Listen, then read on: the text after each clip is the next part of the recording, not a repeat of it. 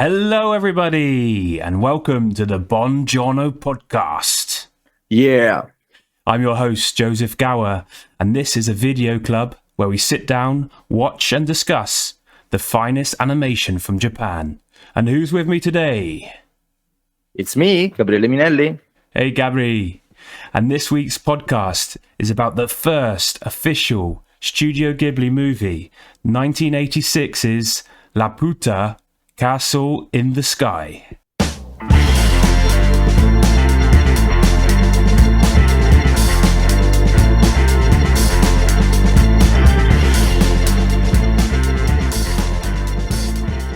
Hey everyone, how are you guys doing? So I just wanted to say, actually, before we start, I just wanted to give a massive shout out to all of our followers and subscribers. I want to say thank you so much for your recent messages and the support that comes in. Don't forget, if you're still not subscribed, please do so. That helps us massively to grow this channel. And it allows us to keep making great content for everyone out there. So, 1986's Laputa Castle in the Sky. Gabby, do you want to take over? Yes. I think the best is to start from the original material. So, of course, it's Hayao Miyazaki, and it's basically totally his story, but there is a big chunk of the, at least the title and of the concept that comes from 1726, Jonathan Swift satirical novel, Gulliver's Travel. And that is where the name Laputa comes from. So Laputa is one of the places Gulliver visits, and is also a flying island propelled by a giant central crystal controlled by its citizens. So basically, the Laputa's population consists mainly of an educated elite, right, who love mathematics, astronomy, music, and technology, but they fail to make practical use of their knowledge. So one important point that is relevant for this story is that the Laputans have mastered magnetic levitation. So, and another story, and which is connected with the name, is the Laputan women are adulterous. Adulterers? Yeah. So whenever possible, take on lovers out of visitors from the lands below. Gulliver's a lucky boy. Yeah.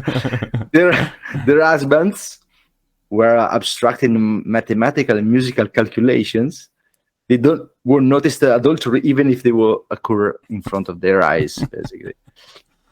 And this is, of course, basically sort of inner joke for Swift, because in Japanese, Laputa doesn't mean anything, but in Spanish, it translates as the whore, the bitch, and that was probably intentional by himself.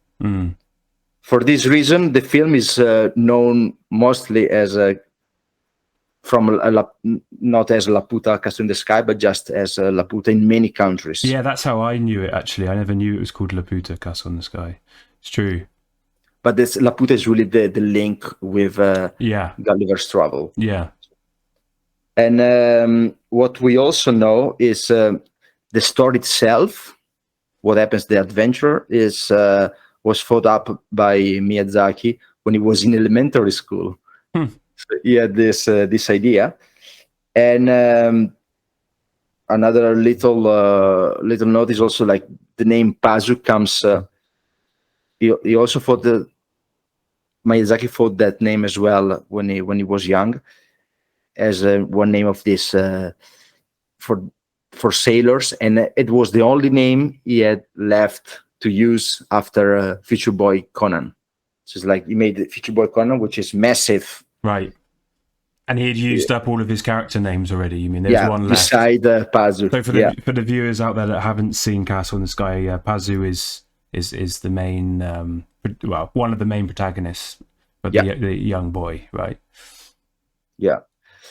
So again, maybe we can say that this part with the history, we say it's it's spoiler free, and then we invite you guys to watch a movie and then come back to and discuss it with us. So now there is a major point, which is the birth of Studio Ghibli. Okay, so where we were left. So Nausicaa came out in 1984 and was produced by Topcraft, which was basically the studio of Tokuma Shoten, the publisher of the manga and the animation. Yeah. So what happened is the chairman of Tokuma Shoten, Yasuyoshi Tokuma, asked Miyazaki many times to make a sequel for Nausicaa. Miyazaki declined. So he didn't want to do it. And instead, he made a proposal to make an animation movie called City of Flowing Water, about the lives of school children in the canals of Yanagawa City in Fukuoka. Okay, the story was like Isao Takahata was set to direct. So it's like he was the producer of of Nausicaa. Yeah. So he was set to direct.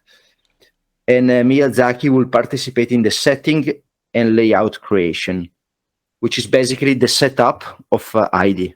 1974 ID was like that. Takahata was the director of the series, and Miyazaki for the first time create the layout and the setting, and basically change animation in that side, because he created a new standard of doing things, and he set also the bar really high for TV animation as well, we could say. Because he could produce so much in a short period of time, or? No, I think that what Miyazaki introduced was more like doing this,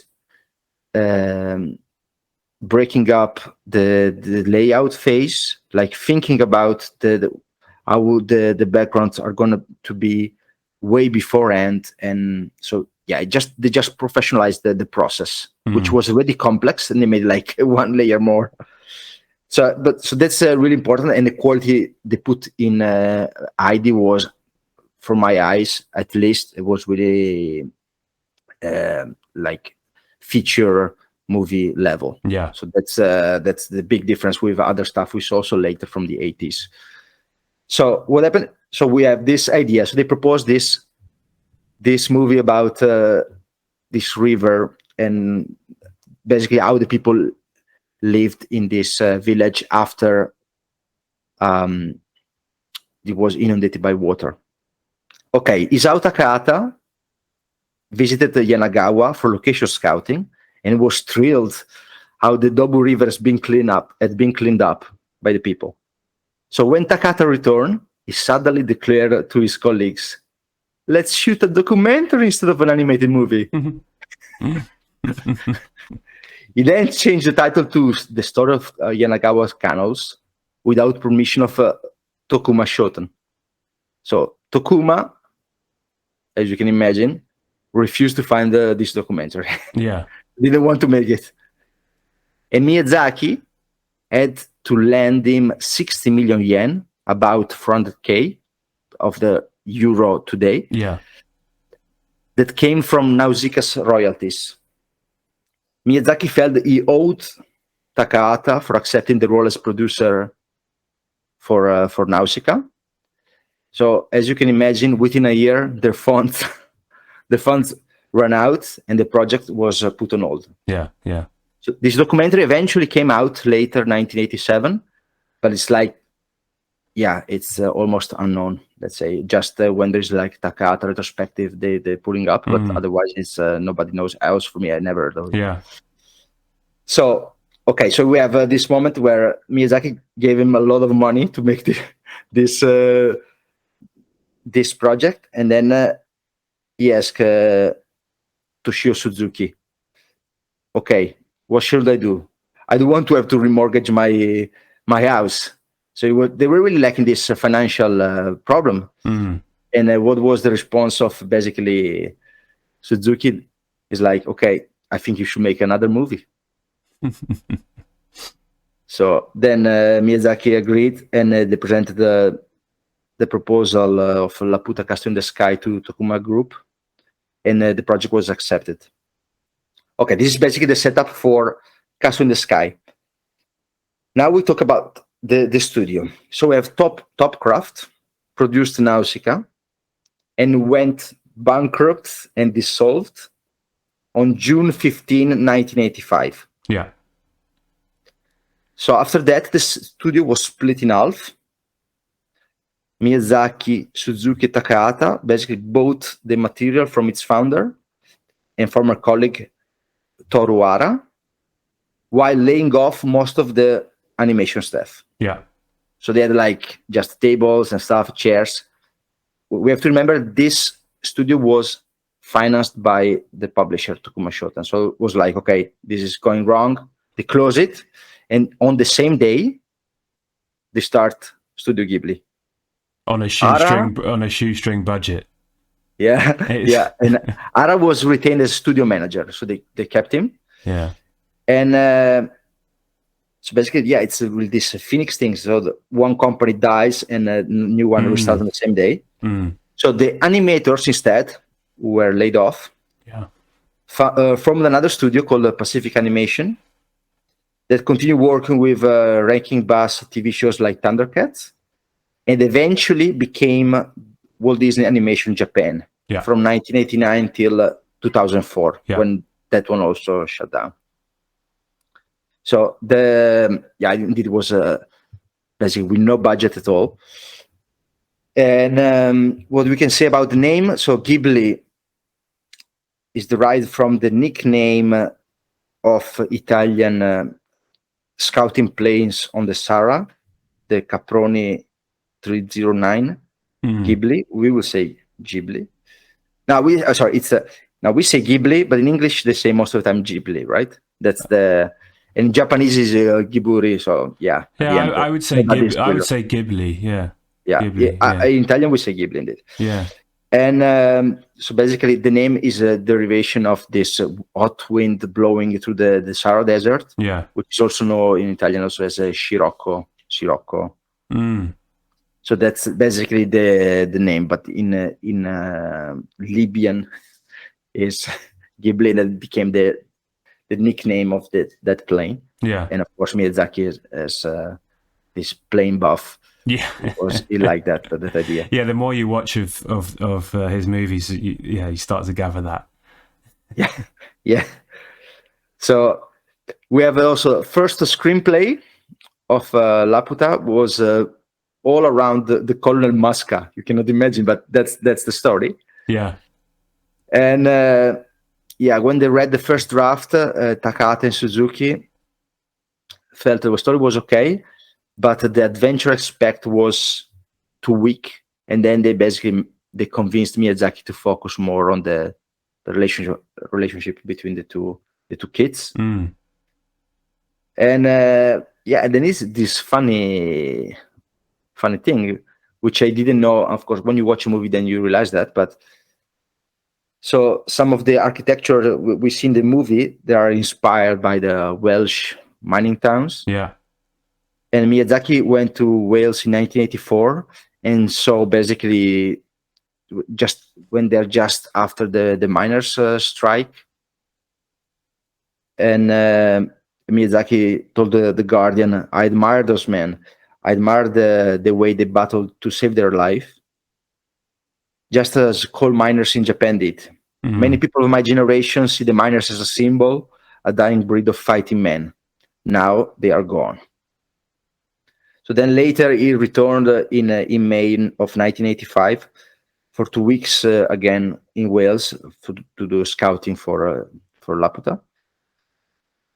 So another important thing is like, okay, the Gulliver travel is from the 18th century. Instead, the setup of this movie, it's the end of the second part of the 19th century. We have a moment in the movie where we see written 1868. Yeah.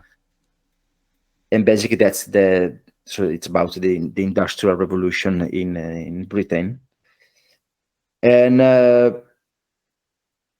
Yeah, another important part in the script, let's say, is that Miyazaki also put a little bit of himself in there, because there is a character which is inspired by his mother, which is a Dola, which was actually the nickname of her, like a Okay. strong woman. Yeah. Yeah, you remember also in the documentary when he's producing Ponyo and The Windows Rises, when he's like just thinking about his mother passed away many years before, he's like start crying out of the blue. Yeah, is that when he has his time on his own at the seaside or something? He wants to be left alone. Later. Is it after that? Oh, yeah. Yeah. I remember pretty much. And so basically, once Miyazaki completed his storyboards, production began immediately, and it used basically the most experienced. So they didn't have any staff, and until Kiki delivery, they basically didn't have any fixed staff. So they will just hire people like freelancing for it, and so they got the most experienced people from Nausicaa, plus some TMS, telecom, like people we used for Lupin and Sherlock Holmes. So the production is it was produced between June 15, so the same day of the founding, and the 23rd of July 1986. So the release was basically a week later, August 2nd, 1986. Yeah. And it was presented with 2 episodes of Detective Holmes, the one he made. It's called actually in Japanese, it's Detective Holmes, but in the West was called Detective Hound, because basically it's like Sherlock Holmes but with a dog. Yeah. But then there was like this copyright issue that they found out later. They couldn't just do it what they wanted. You can do it with Gulliver because it's the copyright long gone, but at that time the copyright of Arthur Conan Doyle was still. Yeah, I was going to say it's still fresh enough. Yeah. So about the people, we know, of course, Miyazaki is the same guy, and in this time is a character designer, writer, director, and for the first time he wrote the lyrics of the theme song. So will come back later. It's just he writes, think about it, he writes lyrics, and then Joe Hisaishi does the magic. Yeah. The main people behind, we have art director, so responsible for background. In this case, we have 2, Toshiro Nozaki and Nizo Yamamoto. And so the Nozaki worked on Nausicaa and Panda Copanda as a background artist. We might do a cast on that. Yeah. Soon. And the second was the art director of Future Boy Conan and Detective Holmes Hound. Yeah. So he worked in Castro Cagliostro as a background artist, not as art director, and later will be the art director of Grave of the Fireflies, Princess Mononoke as well. And he's a nice guy. You can follow him on Instagram too. We can put his we should. Yeah. His link in there. So there is not really like animation director, but they put they call it like key animation head, like the best of the keyframer, which is the same guy was in together with that Hideaki Anno in Nausicaa. Yoshinori Kanada, so born 1952 and died in 2009 of heart attack. So he participated in Nausicaa, then he worked on later then in Totoro, Akira, Kiki, Porco Rosso, Princess Mononoke, and even worked with Square Enix for Final Fantasy XI, like the video game. Yeah, it's online one, I think. Yeah.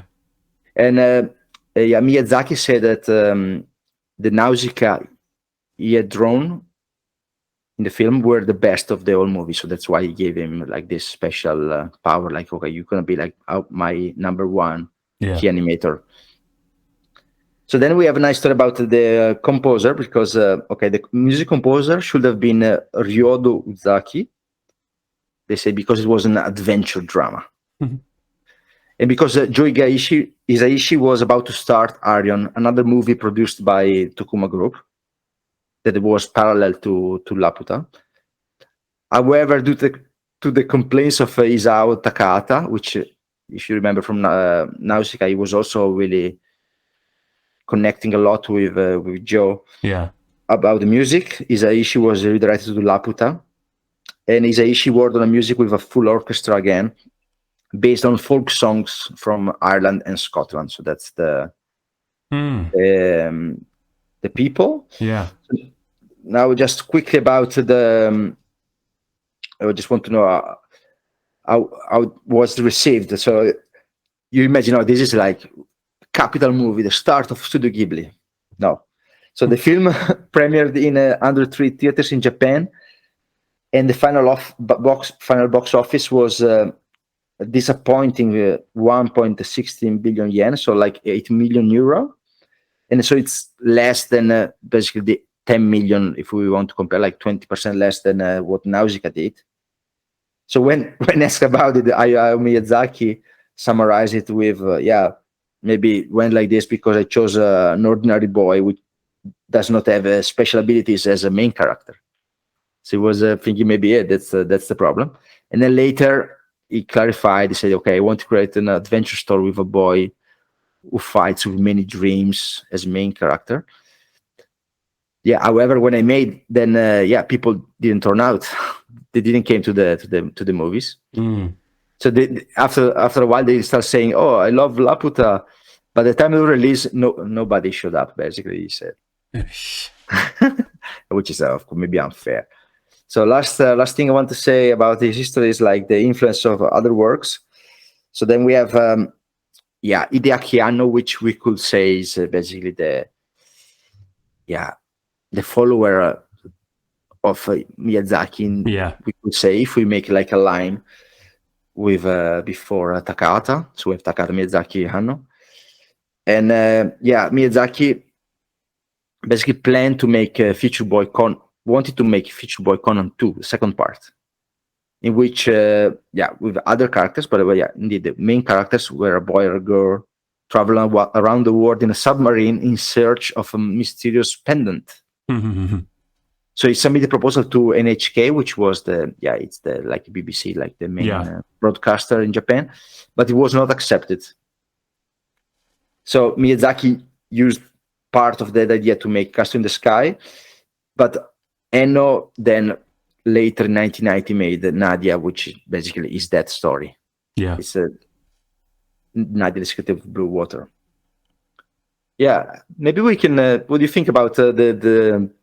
So this is it for the history. But what do you think? So you also watched Future Boy Conan. Do you want to link it now, or you prefer? Yeah. So we would like to do another podcast about that. I think, right? Or we're contemplating it anyway. Me and Gabri. I'd only heard about it from you actually before, and then you said, "Oh, check out this this TV series that Miyazaki had directed." And it was from what's it from 76 or something? 78. 1978. So this is 8 years I guess before Castle in the Sky. And I watched it the other day, episode 1, and you can watch it online actually on GoGo Anime. And it's basically, well, if you've already seen Castle in the Sky or vice versa, you just see so much has been drawn from it. You have like this premise of this kind of, this boy kind of working class, sort of like, I don't know, maybe just a little bit naive, or he hasn't experienced much. And then you have this arrival of, again, unconscious, but of this girl, right? So it's kind of like, these two worlds are meeting for the first time, and they have this adventure and stuff.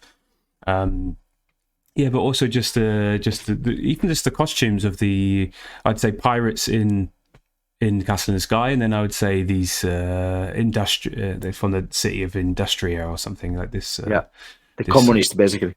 Right. Yeah. But they're also dressed very similar. Like it's kind of funny. There's just a lot of these. Yeah, I think he has some concepts, and there are we can also there are also like some dressed people in Castle of Cagliostro, like these enemies and Yes. the soldiers in Nausicaa. Yeah. So there's like, you could say like there's a line in there. Yeah. Yeah, I think when we start getting into the plot, I also mentioned a few things about this because there's also like the faces are the same sometimes. There's one person that is almost like in all of these movies. It's like the same person, and even Porco Rosso as well. I'm like, oh, I recognize this, So I mean, he's. I don't know. I kind of think, well, maybe he's like, why do I have to reinvent everything all the time? Like what can I hark back to my previous work, or what can I take from my previous work, which will help me to push this new thing forward? And there is also, now that I think about it, Osamu Tezuka was doing something similar. So he had like, basically he was thinking like, my manga or my story, my anime are like movies. And the cast, like I have like a cast of actors, they're playing different roles in different movies. Yeah. It's like the same actor can be understand Buddha or can be Hitler. Because he has made like these two manga as well. Yeah. Or could be an Astro Boy as well. But it's like the same actor but playing different roles. So maybe if you understand it like that, because when you watch a movie and you see someone like Leonardo DiCaprio, you take all of his previous roles with you. Is that what you mean? Like in that sense, like it's not just that him then and there. It's sometimes you see parts of his acting from other films, or it's his same face every time. Is that what you mean? That it's almost like the animator has designed a character and he sees him as an actor that they can reuse. Yeah, and also maybe later movies there's also a character who's always Miyazaki himself, right? Yeah, like the father of the two girls in Totoro, or right? Yeah. It's a cameo, right, in a way. Or do you think it's more like?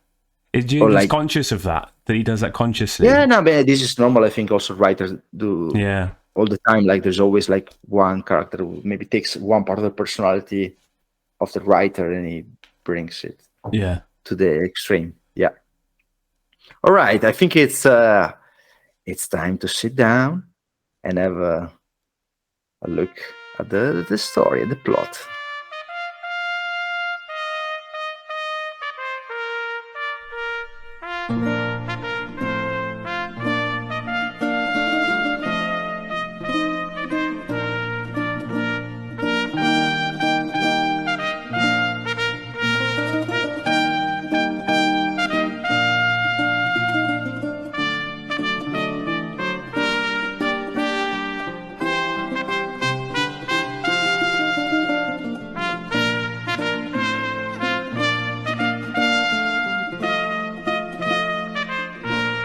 Welcome back. So, the plot. We always like to go into the plot now. How does it open? What's the first thing we see? If I can recall, I watched it actually a few days ago, so I have to kind of draw on my notes. But we're starting in the sky, right? We're starting with these airships. Yeah, there are two airships basically. There's one airship approaching another airship, right? Yes. Yeah. So we don't know much. It starts. I remember like first time I watched it, I was like, oh, I might it might have been I might have skipped something. Yeah. Well, it feels like when you start, you're kind of. It feels like you're halfway through Nausicaa. It feels like the scene in Nausicaa, a lot of this intro scene and a lot of the scenes in the movie itself. If you've seen Nausicaa, you'll know what I'm on about, the Valley of the Wind. But it's in these kind of very dense clouds, and you've got these airships, these steampunk, or this. I think that's actually a big or diesel punk big part of this movie. These wind turbine powered, airships, or almost like the Hindenburg. They're kind of like this sort of thing, this old Zeppelin. Zeppelin kind of thing. So you have this scene. You have these two ships, and the smaller ship has these kind of pirates on it. these kind of guys which we were discussing earlier that look the same as the villains in Castle Cagliostro and has similar costumes from Nausicaa and things. So they have this kind of hat on this masks and things and these suits in a way. So they kind of all look generic. They kind of like you can't kind of single out any characters in a way apart from some little moustaches and bits. And then they have these miniature ships which are kind of, I wrote them in my notes as these kind of dragonflies. And for me, that the term of a dragonfly sort of ship reminded me a little bit of Dune. Again, going back to Dune, which we also mentioned in Nausicaa. This novel from the 70s as well, and the ships in there. And if you've seen the recent Denis Villeneuve movie, you'll see and you'll understand even what I'm talking about. So they kind of, the way the wings move, they have this kind of dragonfly insect-like movement to them. Yeah, they really have wings moving. So I think there's a term like autotorincopters.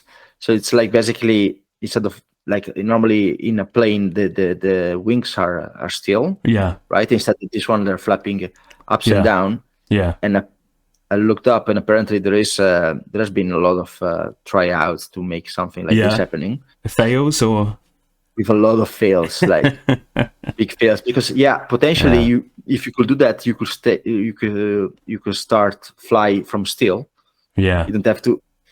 But it's really difficult to manage the the physics must be insane. Yeah. But of course, Miyazaki doesn't care. So it's like, hey, these are. Well, he makes it interesting, doesn't he? Like instead of it just being this, like you say, standard plane-like, rocket-like ship thing, it has these elements which are just a spectacle. You know, he's creating these really interesting details in these scenes, and you're already like, wow, okay, these are cool, great design. And everything has this kind of bluey grey tone as well. It's all very it's like evening.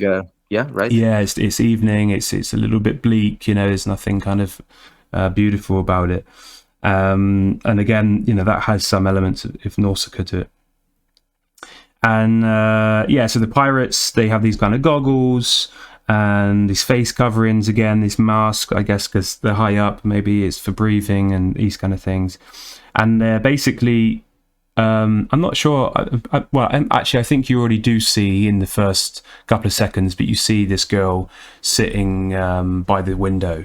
And again, I'm going to say this many times throughout this podcast. Again, like in Nausicaa, when you have the first introduction of the Tolmekian ship crashing into the village, you have this burning ship, and you see this girl who turns out to be the princess, and.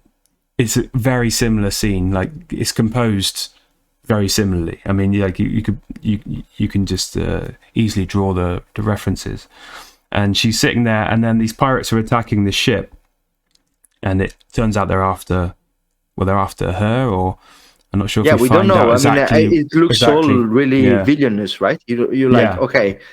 Then when you look at the first time, you're thinking, hey, there's attack. They are the bad people, right? Attacking this Zeppelin where people are having dinner, really fancy dressed.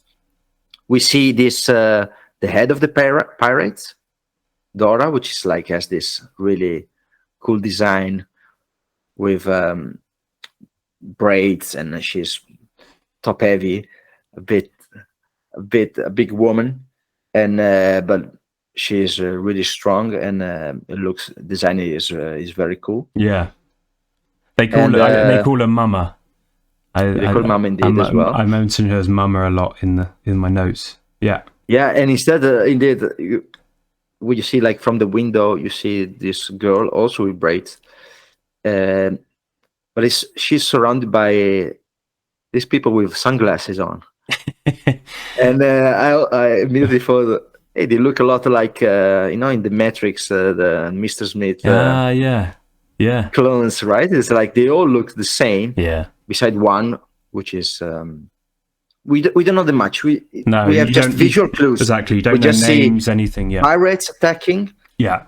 This other ship coming in. Yeah, and these guys that Gabby just described, they're kind of dressed in these sort of like early 20th century clothes, like these sort of like bowler hats, spectacles, moustaches, like long coats, like suits, these kind of things, and they've got these revolvers, these kind of like 6-bullet revolvers, and they're shooting these pirates, and just having this battle. And then she's basically like in this room, and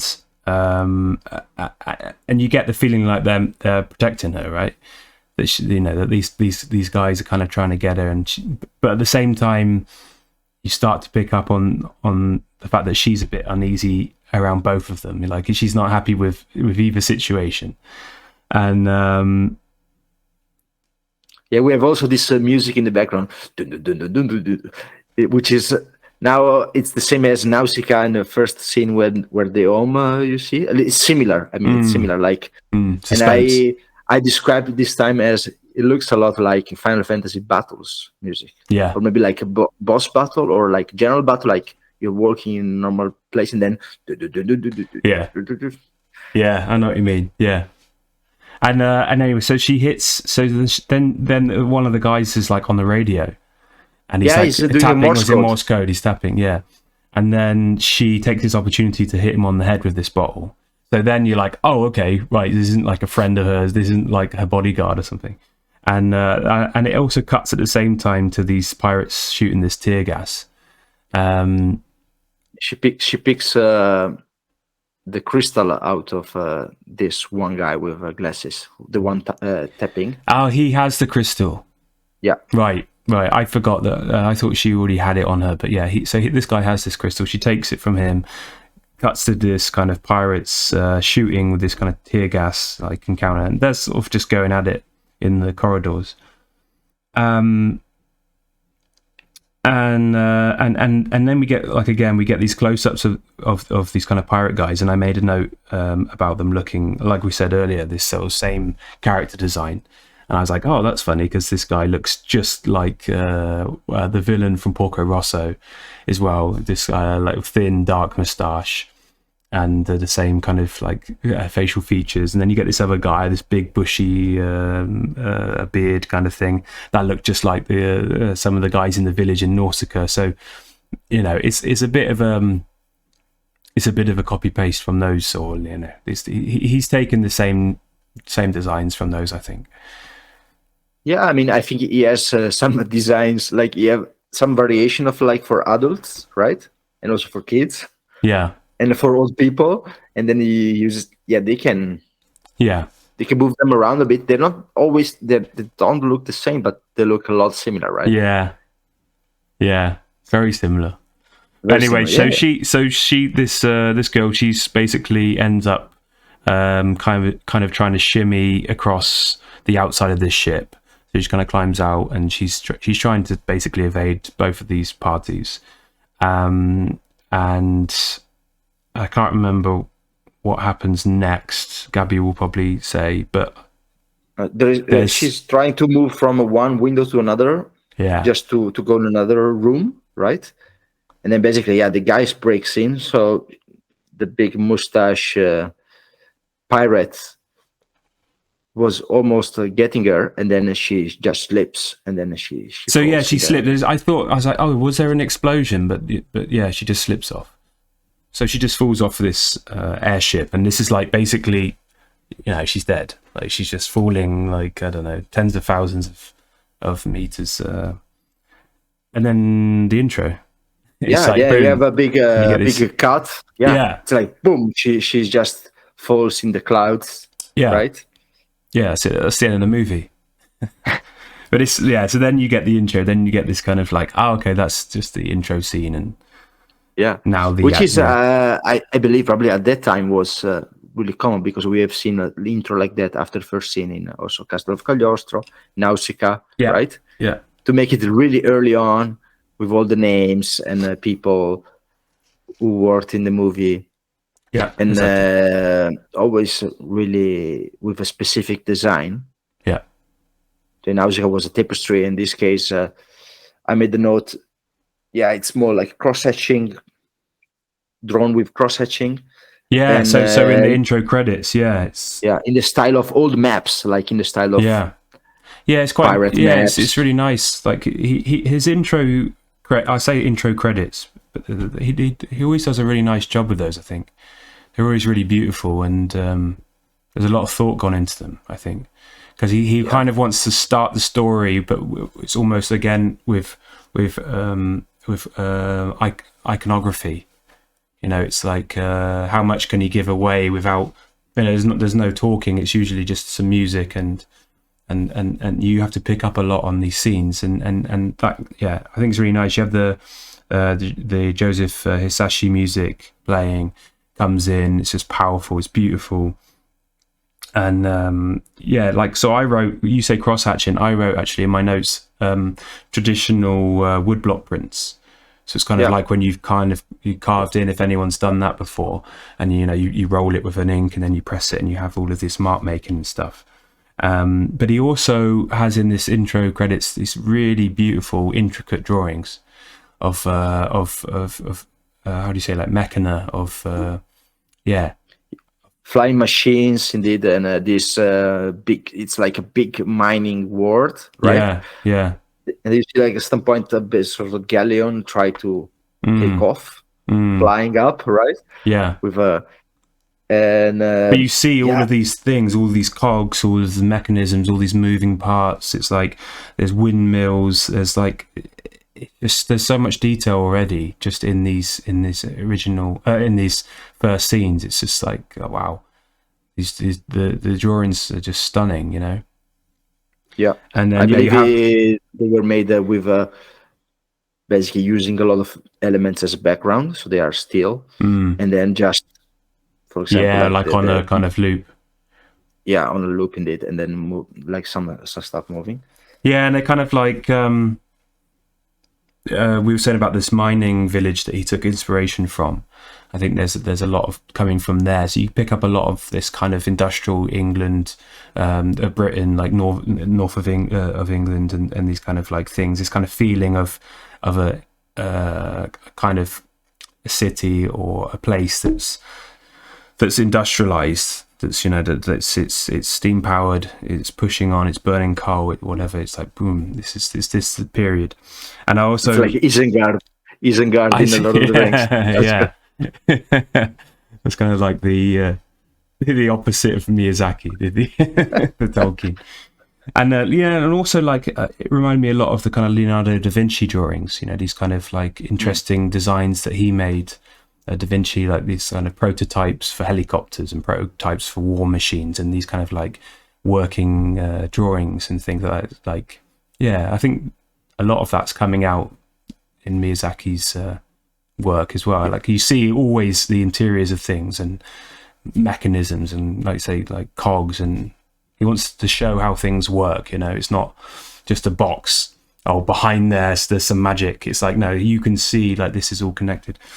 And also Mobius, the artist. I thought there's some things going on there in the intro with his style, and there is also, when you at some point you see the castle in the sky, right? You see a castle in the sky, sort of, and it looks a lot like the Tower of Babel from Peter Bruegel, with like this kind of ziggurat mountains flying, and then you see also like many more flying islands. So it's like, it shows you like, in the past there were many more of this kind of flying islands. And there's like really just the music is amazing from indeed Joe Hisaishi, and full orchestra again, and super.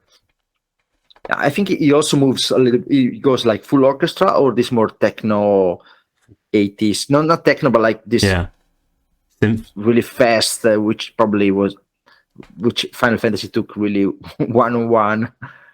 It was funny because we've already mentioned a few times Final Fantasy, and people out there know that's my favorite game series and franchise. And watching this, it's like, wow, you can see in this movie how much the team, the early Final Fantasy team, took inspiration from this one movie, because they do. I mean, forgotten the guy's name, You have to say in the comment. We'll mention in the comments, and if anyone remembers, they can say who the main director of the Final Fantasy. But if it's Sakaguchi or something. Sakaguchi, something, and Nobuo. nah, that's the composer Uematsu. Oh, yeah. Anyway, okay. it's but there's so much in this film that I reckon inspired the Final Fantasy series, because it starts in 1987, so it's already 1 year after this, and they do mention that there's a lot of inspiration. But so anyway, for Final Fantasy 9, I think as well, you see a lot of the Castle in the Sky references there's a massive amount of these airships, but also you have these kind of airports, these kind of like steam floating city airport type things, and one of them was Lindblom, which is like a city in Final Fantasy 9 where a lot of people live, and the royalty live, and it's in the intro movie to Final Fantasy 9, the kind of cinematic scene, and there's a lot of that in this start, the Castle in the Sky. I don't know, it just feels like they've taken a lot of liberty from that. But another thing I also wrote was that everything feels utopian in this intro. It's like it seems like a positive thing that's happening. That it's that things are sustainable, and that's also something that comes up, I think, a lot in the Ghibli movies. It's like it's about sustainability, and that's what you get in this intro credits as well. I think it's like, okay, we've managed to harness the elements to create these flying cities that we're powering, and we're going into the future and with positive light and hope. I don't know. What do you think? Do you think that's a bit far-fetched? Or? Sorry, no, I think. Yeah, I believe there is because there is also like the digging. You see this loop of the big digs. I think there are it's supposed to be maybe something in the past, right? Like how was this country, this place in the sky in the past, and indeed this ideal world. Yeah, I think it's just a little starter for the story you're gonna watch. So but it's a beautiful. You see like a music plus how it's designed. It's like the care they put in there. It's crazy. It's incredible. So then you get to the back to the movie, and this girl is she's still falling through these clouds, and as she falls, this necklace, which has this a blue crystal inside or inset, this lights up, and it slows her descent basically. So she's still unconscious, and she's now being kind of gently lowered to earth or to whatever, to the land below, and we don't know where she is or anything. Yeah, at first she's really like going head first, like super fast, like a rocket down, right? And then there is like this big scene, which if I recall well, when the lights starts, is really similar in Nadia as well. And then she starts indeed floating horizontally. So there is like a movement from like nose diving down or nose diving. Yeah. At first she's completely unconscious. You see the braids. And then going like horizontal and indeed gently lowering. Yeah. That's you see there is something going on. Yeah, exactly. And then we see, I believe it's either a dawn or dusk. Yeah, the setting. But we see this kind of little town. It's late. Yeah. Yeah. But it's at dusk, and we see this kind of little town, these simple wooden houses, this kind of village-like setting. Probably again these kind of Welsh mining towns and villages that Miyazaki is taking inspiration from. So you get this kind of feeling, and we're kind of seeing the kind of evening bustle of people and bakeries or whatever, places like this, bars, like stuff. And there's a boy, and he basically is the only one that kind of looks over into the distance, as he's on his way to his home. No, wait a second. There before he was basically he was in a shop and he's like, oh, you're still working late, right? And he's basically buying dinner, right, for his boss, picking up dinner for his boss. yeah, So then we are already in a setting where like you have basically preteens working, yeah, and yeah, also late in the evening, yeah, as well. yeah. So it's like It's working class. Yeah, exactly. And so he sees this in the distance, this light kind of coming. If I remember, it's coming through the clouds. So he doesn't really know what it is, but he's being drawn to it. And he runs over and he catches her because she's falling, and as she's coming down, she's basically going to go into this kind of mine.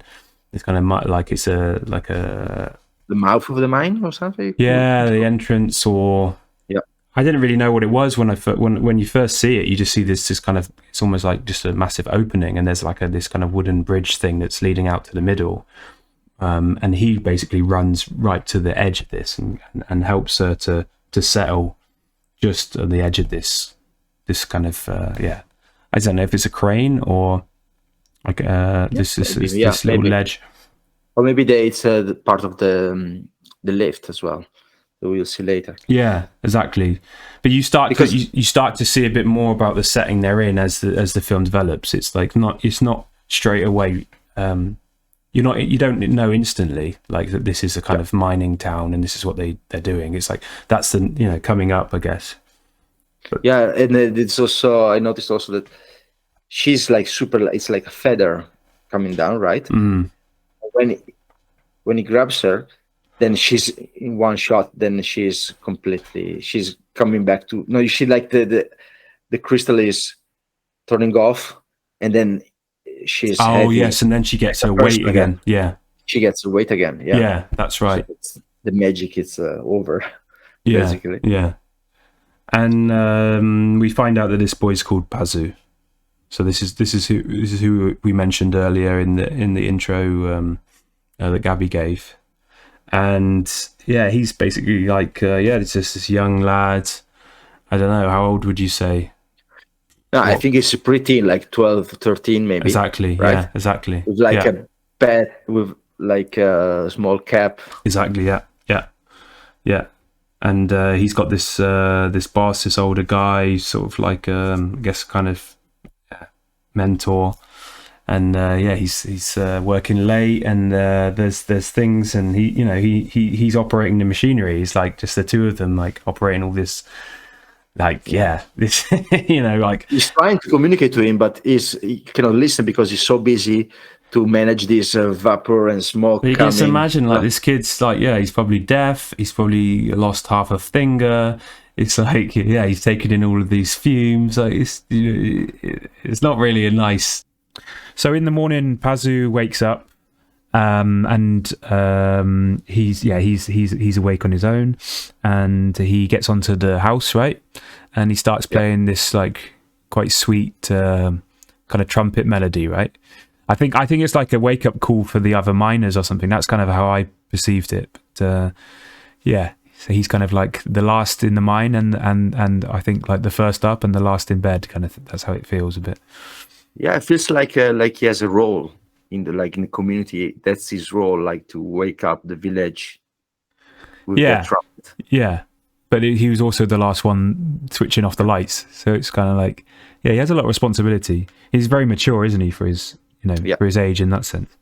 And he lets out, he has these pigeons or these doves, so he lets those guys out, and he seems to have quite a nice connection with them. I think it's almost like because I don't know if you know already that he's an orphan, but anyway, he is an orphan, so of course he's a little bit of a loner, and now having Shita in the shack or the house with him, it's probably a bit strange as well, and a bit alien. And then you get this kind of beautiful scene of the sun shining over the houses. And you get this kind of morning setting, and everything's good, and everything's nice. And what I really liked is actually you see then inside the shack, his house, and you have all of these really beautiful little details. Is really like Miyazaki-esque kind of details in like all of these little things, like the cooking equipment and the wooden ladder and the drawings on the walls, and like this little thing like a hole in the wall where he's made like a little shelving unit, and everything always just feels so cozy with the way Miyazaki designs stuff. That's what I always think. Like if you pause it and look at like all these little things, it's just it's always beautiful. And then so we don't know her name yet, but but the girl awakes and she introduces herself, and she's called Shita, which I don't know. Do you think that comes from something? The name? No, I don't know that. No. Yeah, I don't think it's. Yeah, it's probably just. Maybe he's derived it from, like maybe some mythology. Because a lot of the names I think come from Greek or like ancient history and things like that. But anyway, so she's called Shita, and Pazu kind of introduces himself, and she's awake and blah blah blah, and it's quite funny. He explains to her like what happened, and he knows that the necklace has got this ability, because he sees that the necklace is obviously the thing that helped her like get to the ground safely. And he's like, can I try that? Can I try that necklace on? And he's like so confident in it. And he goes, yeah, look, and they tie it on, and then he literally just, without any hesitation, just jumps off of this house and just he just falls through this roof, right, like below, and it's like smash like through the brickwork, and it's just I mean, he assumed that anyone could use this necklace and had the ability, but obviously it's connected only to Shita for some reason. And it's a little bit of just, I don't know, sort of breaking the ice, and a little bit of comedy, I think, in there. But I when I saw it, I was just like, he's just falling through a roof. He's just going to be like, he's just like going to be broken up. But anyway. and he lands in this sort of pottery basement, right? Yeah. And also, if you look at this shed, looks also like a sort of illegal building on top of like of another building of like so I wrote down like a pottery oven. It looks like there's like a proper construction, and then this shed has been built like on top. Yeah, he's kind of like fashioned a house around what was already there, maybe for some heating or. Yeah, I think it just emphasizes the sort of sense of poverty, isn't it? And but also the what's the word, like to be inventive,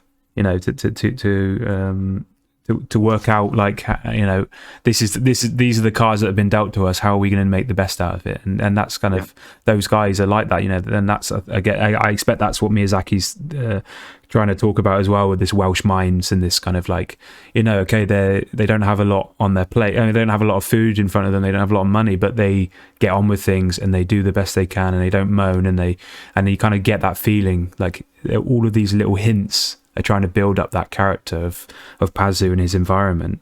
And you see that later in the film, like how that all comes together in him and what he's capable of doing, and how brave he is and how smart he is and things. He's had to probably go through some hardships, But I didn't really notice that, but it's a good observation. It's like this building on top of a building. And then I think Pazu is kind of like showing her around kind of thing, and she sees Shita sees this photograph in a frame on the wall, and it's this kind of half. Well, it's mostly this all these clouds you see is this black and white, and you can see it's an old photo, and then it's got this bit of this castle, and it says underneath, I'm pretty sure it says Laputa. Yeah. And so we already are introduced, and we know obviously the film's called Laputa Castle in the Sky, so we know that this is obviously relating to the main plot, and I think Pazu then goes into the idea of it being a myth, And I'm not sure if it's then, but does he talk about his father as well? Yeah, and like where the father took the photo. Yeah, right. And during the tempest, and there's like this brief flashback.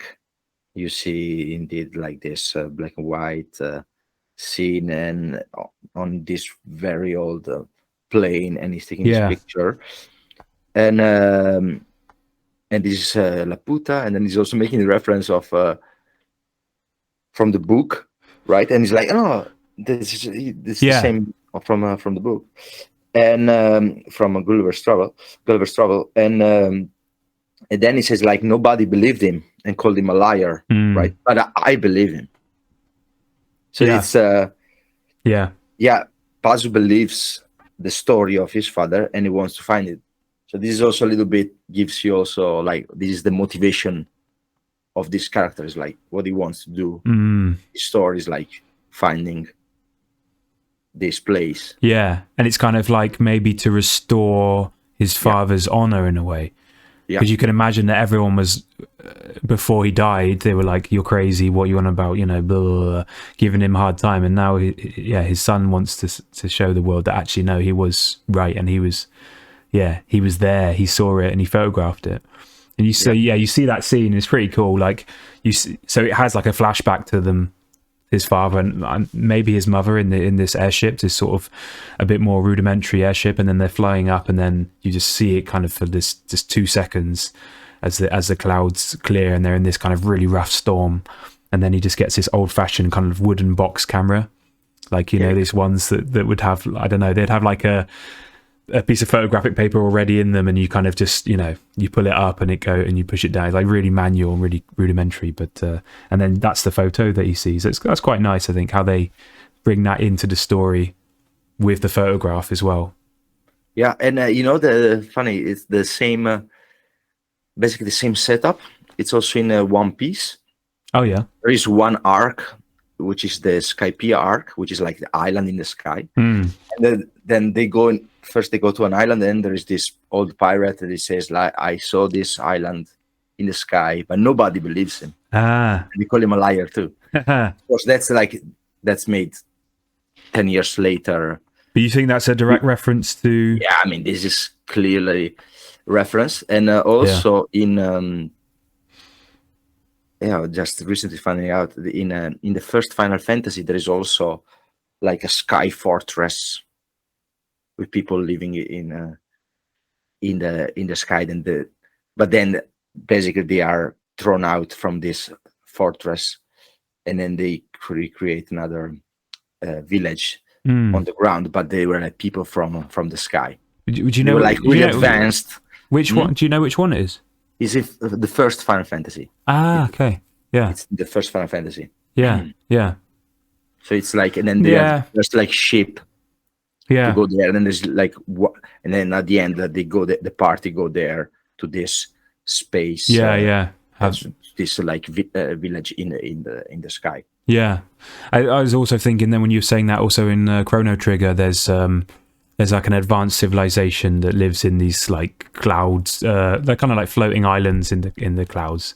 But there's a lot of that, isn't there? Like it's kind of generic that the civilizations in the sky are way more advanced and enlightened, and I guess the idea is that they're closer to God in that sense. Maybe that they are more divine or something. They're not of the earth; they're of heaven or something. And yeah, there's probably things that go back to Gulliver's Travels and but I think that one for Final Fantasy it's really like 87. And this movie is 86. So it's like, this is a nice idea. We could use it. Well, we said earlier about how much Final Fantasy references there was going to be in this, and it's like it's unbelievable how much there is with airships. Like I say, the settings, the airships, the concepts, all of these things. They I mean, they've openly explained that they took inspiration from it, from the movie. So, yeah. I wouldn't be surprised 1 year later if that's coming into the story of Final Fantasy 1. And also, I also wrote down there is like this on the crystal there are like there's like a little drawing, and it also remind me a little bit, it's different, of the like Triforce of Zelda, but maybe I'm not sure it was there really at the first Zelda. I don't know what the year the first Zelda is. Not sure. Maybe. Yeah, it's I believe also 86 or 87. Yeah. But I guess like the symbol is a little bit later. But there's like some little drawing on this. I think we could be confident in saying that a lot of those games that came out and formed in the late 80s have taken inspiration from these kinds of movies from Japan. Like, yeah, almost certainly. Like there's no, yeah, for sure. The people that made Zelda had watched Miyazaki's movies and things like that. It would have been the culture, the visual imagery of the time, the pop culture to watch, and yeah, wow. Yeah, of course. This is like at the end, it's a big fantasy adventure. Yeah, and if you're going to make a game about it, yeah, you're going to look for what's around. Yeah. So then we see Pazu, and so we see that Pazu is actually building his own airship, and his desire, like we said, is to find Laputa and to show the world that his father was right. But he wants to do it. He wants to build this thing of his own, and he said, when it's ready, I'm going to go in and I'm going to find it. And that's his aim. And then we see. Well, then we're introduced back to the pirates. So they make another entry, and this time, so it turns out that they're obviously trying to get Sheeta as well, capture Sheeta, but they're trying a different tactic, and they've got these white like 3-piece suits on and these bowler hats, and they turn up like in this car, and they're like, hey, have you seen anyone around here that's a girl? They're trying to be all like well spoken and stuff. And anyway, before that happens, Sheeta says, "Oh, these guys, I think they're after me." And Pazu says, oh, "Okay, whatever, we'll disguise you." And he gives her like a worker's uniform and stuff, and that fools them for about 10 seconds. The pirates, and then the pirates look nearby and they find like her. I think it's a cloak or a piece of clothing from Sheeta. They go, "Hey, that was them. We've been fooled." And Pazu and Sheeta like just leg it down this hill to the main town where his boss lives.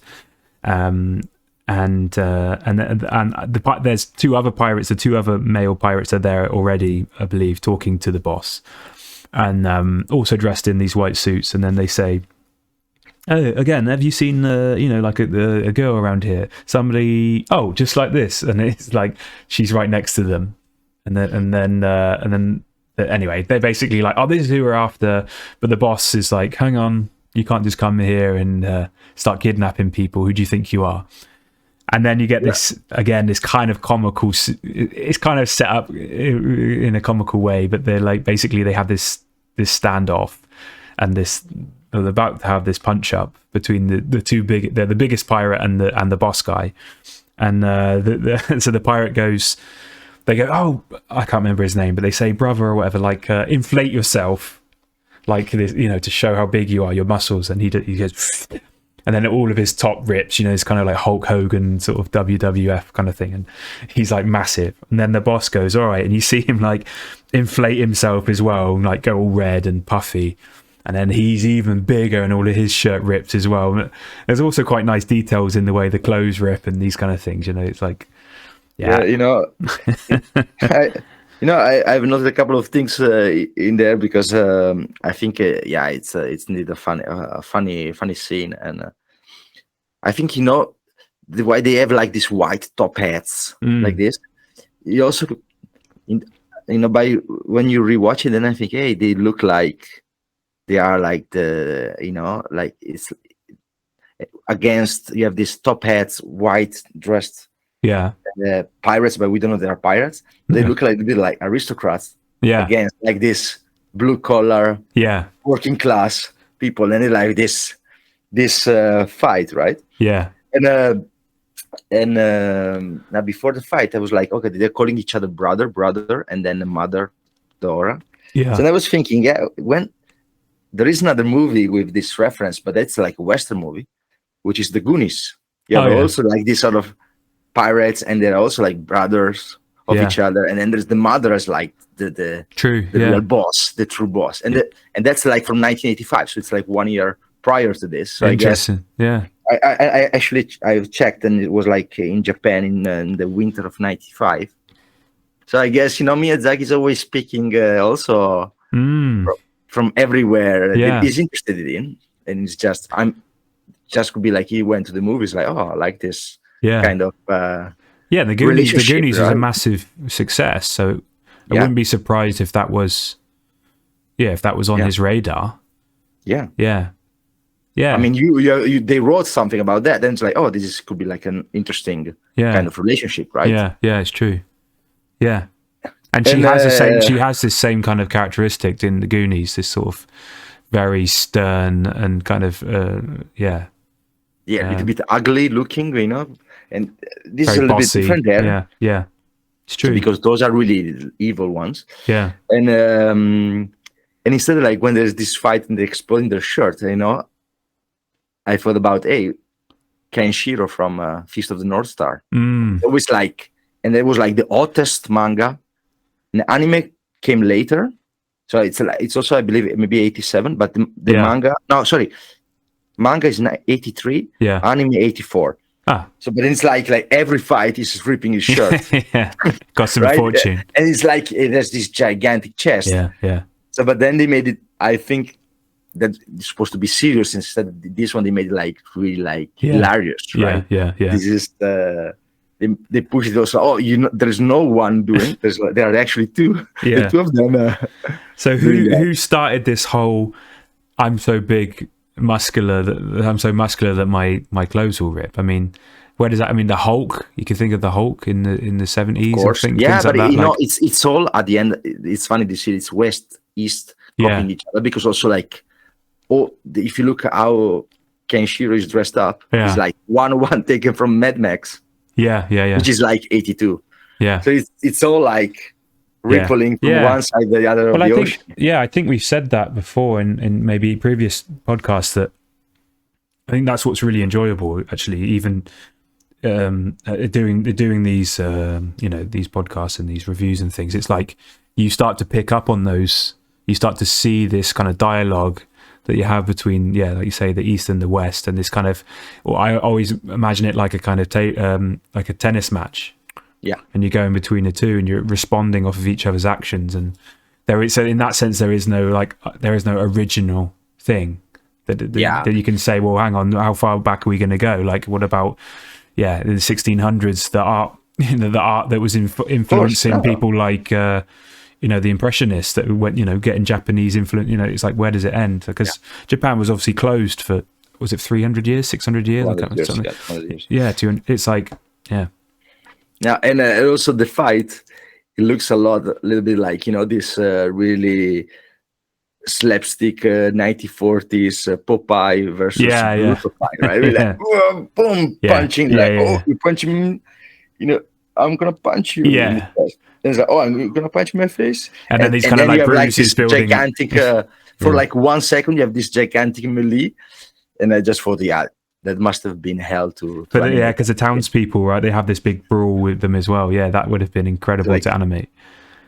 Yeah, it's really short. Yeah. It's really short because this is crazy. Yeah, it's like you have all this.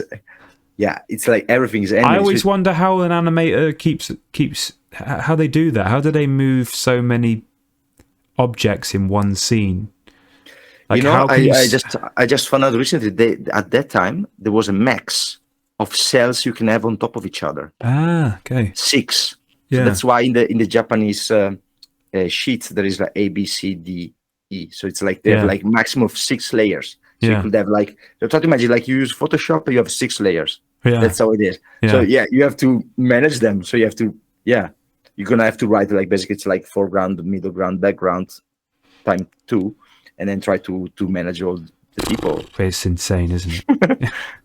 And then they have, but that's why it really lasts like half a second. You see that when you see like really 10 people fighting. No, of course, really of course, and there's the newer Miyazaki movies, they have even more of these kind of things, and later in this movie, there's scenes that are also incredible. And in Nausicaa, Valley of the Wind, which we reviewed, there's scenes like that as well. It's just so incredible. Like when you know that this is all, like you say, done with cells, it's hand drawn, and it's like labor intensive, and it's like, but it lasts. That's the thing. That's why people were still enjoying it and talking about it and referencing it, and it's like because they look incredible. There's something really beautiful about those scenes.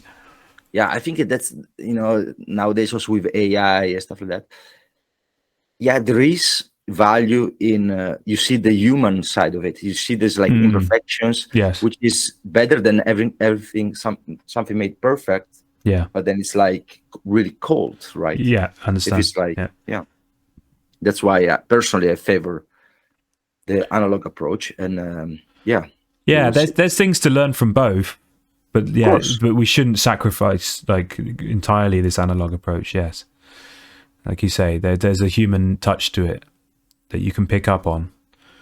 I think technology, it's like the cells, it was killing, of course. Yeah, you need also like really expensive equipment to move all these cells and stuff like that. Yeah, and they're like inflammable and all these kind of problems. Instead, if it's like on a computer, then it's really. Well, it's also, I guess, the money involved.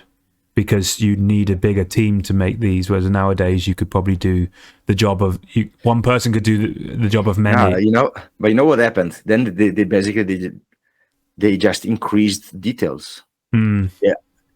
So basically, the amount of work is the same because now we have many more lines to do. Before it was like, okay, you're not gonna make it, so you have to manage the lines. So if you compare Future Boy Conan and this one, this one is a feature film. They could do like more shading, cell shading. In Future Boy Conan, you have to do an episode a week. Yeah, this is like no cell shading on the characters unless it's really like it's in front of a candle light or something that is really important for setting the scene. Otherwise, there's no shading on characters. So what you're saying is the guys in the 80s making animation were working 15-hour days. And they got this, and there's guys now working in animation, and because they can get so much done, they're also working 15-hour days, and they're just producing more, and then they're just able to make more detail. And, more detail and more things. Yes, but anyway. So where were we? We were at we were having the punch up with the pirates. Yeah, and the townspeople join in. And then again, dollar spots the kids flying away. That's right. Well, last thing there was like there is like a girl who is the daughter of the boss. Yeah, it looks a lot like sort of prototype of what's the name again? Sorry, from Totoro. Ponyo. Oh, Ponyo. Yeah, because you have like this small redhead girl. Yeah, you see like just a second. I was like, hey. Yeah, it's true. Yeah. I'm sure, like that's never. It's like, oh, this kind of girl. But he's like, why am I reinventing things? I've already designed a character that's perfect. I'll just put her. It's like, fair enough. Yeah, the guy's busy.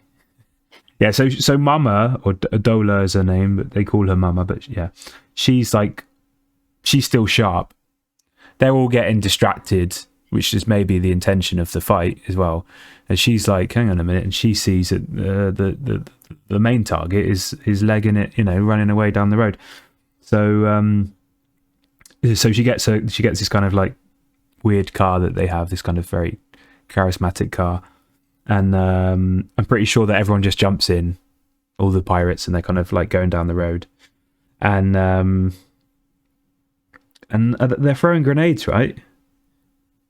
They start throwing. I think they start throwing these kind of German stick grenades out or something. It's like I don't know, because she has these big guns. These kind of very like old-fashioned like musket type guns and things, and like it's all like everything's kind of enhanced. But anyway, so they have these kind of grenades, and they're kind of throwing them and trying to catch up with the kids.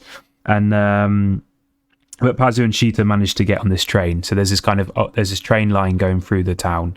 Just down in the valley, and it's an old-fashioned steam train, and they hop on, and then you get this really cool like chase scene, which is in a way has the kind of same sort of feelings as Castle Cagliostro, sort of like this kind of guys hanging out of cars, chasing things, and very dynamic, and lots of action and adventure, and like, you know, things nearly falling off the track and, you know, going off the edge. And yeah, again, this is like really dynamic and just entertaining, really. Yeah, I try to think like Indiana Jones Temple of Doom is also like there's also like exactly, right? That's a good one. Yeah, at the end, there's something like that, right, where it's like, you know, it's kind of defying the laws of physics, but it makes for good entertainment, and it's fun to watch. Yeah, and the animation here is crazy. Yeah, it's total eye candy, like backgrounds and everything falling apart. Yeah, exactly. The tracks are falling, and you get debris, and you get all of these again, like all of these little just the animators would just spending days on all of these little things, like the rocks and the dust and all this little bits and pieces. And yeah, because it's like the village is really on a cliff, right? Yeah. So there are even like houses on the cliffs itself on the other side, right? Like terraces are really weird. Yeah. And then these tracks is like basically it's like there are bridges into the void. Yeah, right? yeah. There's this like, I think it's like a valley in a way, isn't it? Like a crack between these two, almost like these two cliffs and opposite each other. It's like the Valley of the Wind, right? Yeah, kind of, yeah, something like that, yeah. And I'm not sure, but basically they're on the car, when the car goes on the track, so the car with the pirates is following the kids. Yeah. And then, eventually they stop in front of sort of metal slug train, like you have a tank train in front of them. Yeah. Then Paz is like, oh no, it's the army, right? And but then the doors open, and as I called before, the Mr. Smith's cosplayers are coming out, right? Yeah. So then, Sheeta's like, oh, no, we have to go. So then, then they go back on another bridge. The pirates come, and then there's like a big crash, and the kids fall in a gigantic hole, right? Yeah. They fall. Well, they're it's that classic kind of Hollywood thing where they're holding on to the tracks, and he's like, oh, I can't hold on any longer. But blah, blah, blah. And anyway, he falls. They fall. Yeah. And then until you hear the music from Joe Hisaishi, and and then it's like he's floating again. Yeah, right. Yeah, and then you realize they're safe, and they the crystal. Yeah, this crystal is how, you know, saving. Well, it's saving Sheeta. It just so happens that Pazu is connected to her. So if he'd let go, then he would be gone. But yeah, so they just sort of like very gently lowered into this mine shaft, and the pirates get away. They go down one of these tunnels, and they don't. Yeah, they kind of get away from the army. But so that you see that there's a confrontation between the pirates and the army, and they don't get on. And then now we cut in this underground. It's like more quiet. It's like a quiet balance.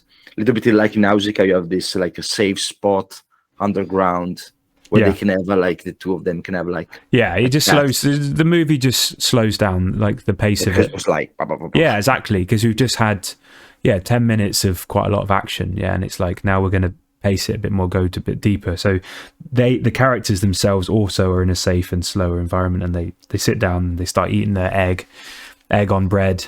This is like simple lunch, and Sheeta explains to Pazu like, well, her past, right, like where she's from, and she's from this place Gondola, I believe it's pronounced.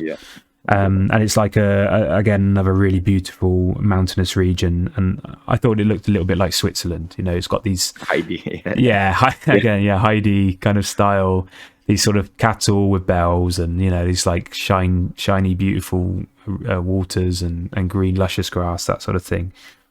And it so happens she's also an orphan, which is like almost every character archetype ever made. And she's sort of, like I say, she's almost like a farmer, really. She just has a very I think she has just a very simple life, a very quiet existence. And then she says, yeah, everything was fine until these guys came, and it's like these are the guys from the start of the movie, the very start of the movie, when she's captured on the airship. They're the same people. Yeah. And it's like it's the army and some of these kind of how do you say, higher up in command. Yeah, and she's also said like that the stone has always been in our family, right? They were passing to each other. Yeah. Yeah, they were saying about chasing. Yeah, exactly, chasing her basically the whole time, and that also. I was just thinking. It just came to me then about again Final Fantasy with Aerith and the Turks wanting her because she could show them a promised land. So they were after her because she had something on her that would show them something, some sort of promised land somewhere else that would be a better existence. So she was also on the run, and so maybe there's something between I mean, again, I wouldn't be surprised because it's Final Fantasy 7. It's quite some time afterwards. Yeah, 10 years later. Yeah, but still, this is a big hit later. Yeah. But when it came out, but yeah. So they're in the caves. They're in this this kind of like so this underground system, and then we're introduced to another character called Uncle Pom, and Pazu knows him, and he calls him Uncle, but I think, is that not more of a sign of respect, or do you think it is genuinely his uncle? Because I thought it was more like a Japanese. Yeah, that's what I thought. Could be. Yeah, but he's like quite a character, right? Yeah, like so he's got traveling underground. Yeah, he's got like a hermit. Speaks to rocks, right? Yeah, he's got this big bushy white beard and hair. And I said in my notes that maybe that was a kind of Miyazaki kind of reference. Maybe that's what he would like. Maybe he would like to live a life like that, where he's just on his own, pottering around in the quiet with nothing else to do. That could be. Escapism. But he's a little bit of a character. Like you already know that he's maybe losing it a little bit, because he's like, who are you guys? Are you this is like gremlins or something? Are you like demons that are trying to trick me or something? And he's like, no, it's me, it's Pazu. He's like, oh, okay. He's maybe going a bit senile. And he explains to them, he says, look, you can hear the rocks and talk to them, and you're underground here, it's like really beautiful if you switch off your light. And they're like, okay, we switch it off, and then you get this really like gorgeous scene where all of the rocks above them and all the crystals are kind of lighting, and looks a bit like if you're looking in the sky at night and you've got this, the stars are glowing and things, and he's just telling them about the stones and what's inside them. And he says that they contain this kind of element or something, which is called. And then he sees the crystal, right? Is it volusite or something? Yeah, I think. He recognized the crystal. He recognized the stone, and then it's like he's surprised. Yeah. And it's like, oh, this one is something that only people from Laputa could make. Yeah. So then he recognized that. Yeah, and then he's like, "Wow, it's incredible. Like, I've never seen one before. Even my great grandfather, had blah blah blah, never seen one." And really, but he has this reaction. What came in my mind is like, hey, it looks a bit like Bilbo, like when he sees like ring, when he's like, "Oh, what do you have there?" And then he's like Bilbo. When Frodo has the ring, and then he's like Bilbo going. Yeah, when he goes towards him. Yeah, he gets like, oh, can I touch it one more time? Can I just? Yeah. I just give it to you. No, you didn't. Oh, it's still in my pocket. And now, I wrote that one, but now that I'm thinking about his looks. It looks a little bit more, actually, a little bit like Gollum, because Gollum was also like living in the underground. True. When he meets Bilbo in The Hobbit. Yeah, yeah. Right. And he's obviously big eyes. Yeah, it's quite scary how it's drawn, but also like, yeah, he's obviously obsessed by rocks. He loves rocks. He talks to rocks. He knows everything about it, and now he's presented with the rock to rule all rocks. Yeah, you know. And Gollum was also speaking by himself for ages because he was alone there. Yeah, that's a good one. Yeah, that's it's quite funny. Yeah, but of course, the movie was not in the making, but the book was. Yeah, the book was already around. Yeah, yeah. And again, it's a fantasy. It's a novel. Yeah, I mean, yeah. I mean, we of course we don't know for sure these things, but this is what's fun. Like it's just like there's potential that this could be the case. Yeah, I mean, he will also never say like, "Oh, of course it was Gollum." Miyazaki will never say like that, simply because he's just grabbing whatever he. Yeah, but he might not even be aware of it either. Yeah, you know, it might just be in his subconscious, and it just comes out in that way. And actually, he is referencing Gollum without even knowing he's doing. You know. Yep. But anyway, so there's this character, and it's basically the idea of Uncle Pom is just to explain to the viewers that the crystal she has is extremely rare. You know, it hasn't been seen in hundreds of years or whatever, and she has it, and it's very magical, special. Because she doesn't know that, and Pazu doesn't know that, but now they both do. And so that's it. That's literally it. Then they leave the cave. They say bye, Uncle Pom. He stays in there with his saucepans and his rucksack and whatnot, and then they leave the cave. So that's what that scene is doing. And then they emerge from the cave, and she just says to Pazu, actually, there is one thing I want to tell you.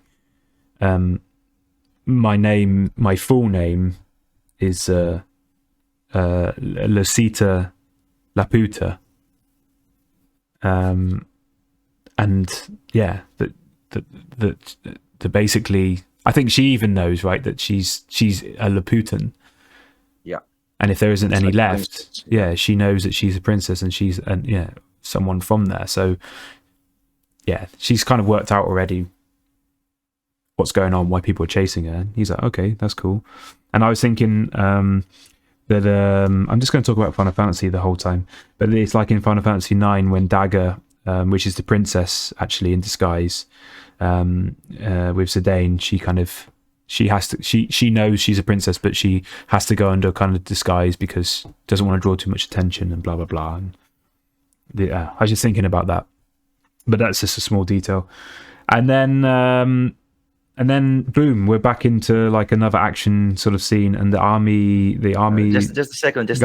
Go on. When there is this moment when they're talking, no? Yeah, it's like this really quiet moment. Yeah, and they're like on the hill, and then they're like lying on the grass, and then you see all these clouds moving. Yeah, I think this is really like the first time we have like a proper like Ghibli hills plus right clouds. We like that then will become like something that will be there in all the movies. But I think the first time it's really like, okay, you have just these two, or like one could be also, of course, one like relaxing on a hill, and yeah, you mean also like in Kiki and stuff like that, and things where there's like a scene where it's just calm and beautiful, and yeah, and then it's like it's also indeed like this iconic also for the if you think about how does it look, Ghibli image, and then it's always like this clouds and the hills, and because you don't get that in Nausicaa. I don't think there's any scene, there is no moment like that. No, because maybe that was of course really is comic, is manga. And before we have, of course, Castle of Cagliostro. Yeah. And for where I'm in Conan, it's also not in there. So I think it is the first time we like, we can do, because also like you have to make it, like we have to make the winds moving through the grass and then the clouds. But it's also like, you're showing animation without... You're giving more feeling than making action, but there's still a lot of movement in there. Yeah. And so we get this scene again where we have the army catching them in this kind of it's not like an airship, it's just a plane with this kind of like engine thing at the back, this kind of jet engine, and they land and they basically just like knock out Pazu, and they knock out Pazu and basically kidnap Cheetah. Like they've succeeded in that. And we always talk about kind of chapters, don't we, in the movies and these kind of points in the story. And this feels like the end of one and the start of the next, because it really does. I can't remember, but I think it almost like fades to black. It's almost like, game over. They've been captured. So all of this, and they've still been captured. And we also changed to this completely different location as well. Like there's nothing in between that scene and in the next. There's no travel, and we're actually then in this this kind of like military fortress that's surrounded by sea. It's kind of like Alcatraz. It's like impenetrable. With just everything's like, like 6 meter thick concrete and massive cannons, and it's like no one's getting out of there. It's like no one's barely getting in, and we also see that the army commanders they're arguing. There's a kind of like a tension between the army as the guys wearing the uniform, and then these we need to secret organization. Yeah, let's just say the government. Exactly, government secret agent sort of guys, the ones with the glasses and the the hats and stuff at the start. So there is a kind of friction between them, and the army commander, I believe he says, "I'm in charge of finding Laputa," I believe. And then the other guy says, "Yeah, but I'm in charge of you," sort of thing. So there's kind of like, oh, who's actually, I don't know. There's just a tension. It's like too many cooks, right? We say too many cooks in the kitchen. It's like who's going to actually take charge, and yeah. And this character Masca, it's it's a bit like Count of Cagliostro a little bit, right? He really wants something from Cheetah. Yeah, we don't know exactly what, and it's not really like, it's not like Count of Cagliostro wasn't in love with Clarice. Was like he wants to have her for power, right? So this, but there's something similar. There's an older guy and a younger, she's younger, and he has kind of the same characteristics and mannerisms in a way. Yeah, it's true, and you also find out that in this setting that she's a prisoner, but she has some perks. Like she has a soft bed with linen, and she's getting gifts and clothes. It's not like she's being punished in a prison cell, like Pazu is in a tower. Exactly. He's in this typical like, here's a bit of bread if you're lucky, kind of rat infested. Yeah. And he said it's a bit like he said in the tower, like Clarice, right? Like a little bit in her 1001 night chamber.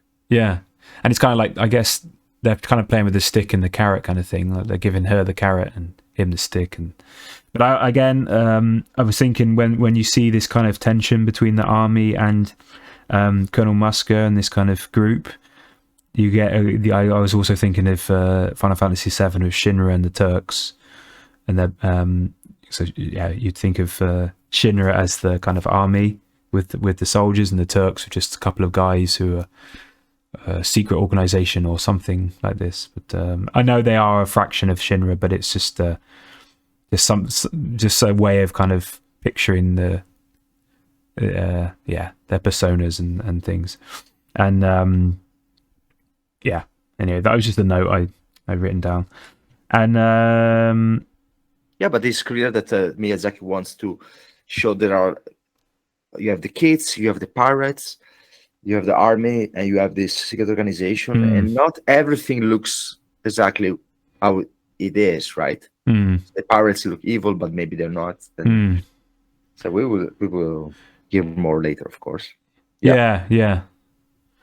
And no, you're right, because it's like with everyone, there's they do things that are not. Yeah, some things are for good and some things are for bad. They're not all definitely defined yet. And then he basically, so yeah, he's Musker's like, yeah, like we said, he's trying to get something from her. He's trying to kind of win her over. He's manipulating her a lot. He's telling her that the army against her, and that actually he's trying to help her, and he wants the best for Pazu as well, and blah blah blah. But he's not. And he shows her. So he says, "Look, I want to show you something." And it's like, okay. So they go in this kind of. They go to this underground room, and everything's dark and it's a bit eerie and it's creepy. It's a bit like in what's it called? That book you just read. But God, I'm trying to think of the word. Akira. Christ, Akira. Yeah. They're kind of going into this underground something, and there's something down here that I want to show you that's a bit creepy. Anyway, just thinking about it. But also in Nausicaa as well, right? There's also like something cooking in the basement. yeah, everything's in the basement.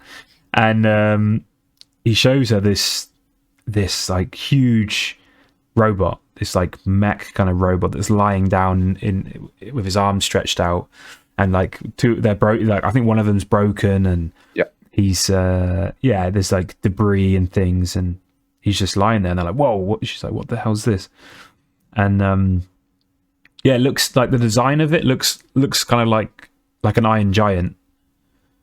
It kind of has this kind of iron giant sort of feel. It's massive, and it's has it kind of humanistic features, but then it's got these kind of creepy hands, and like, I don't know, it's like Bender from Futurama.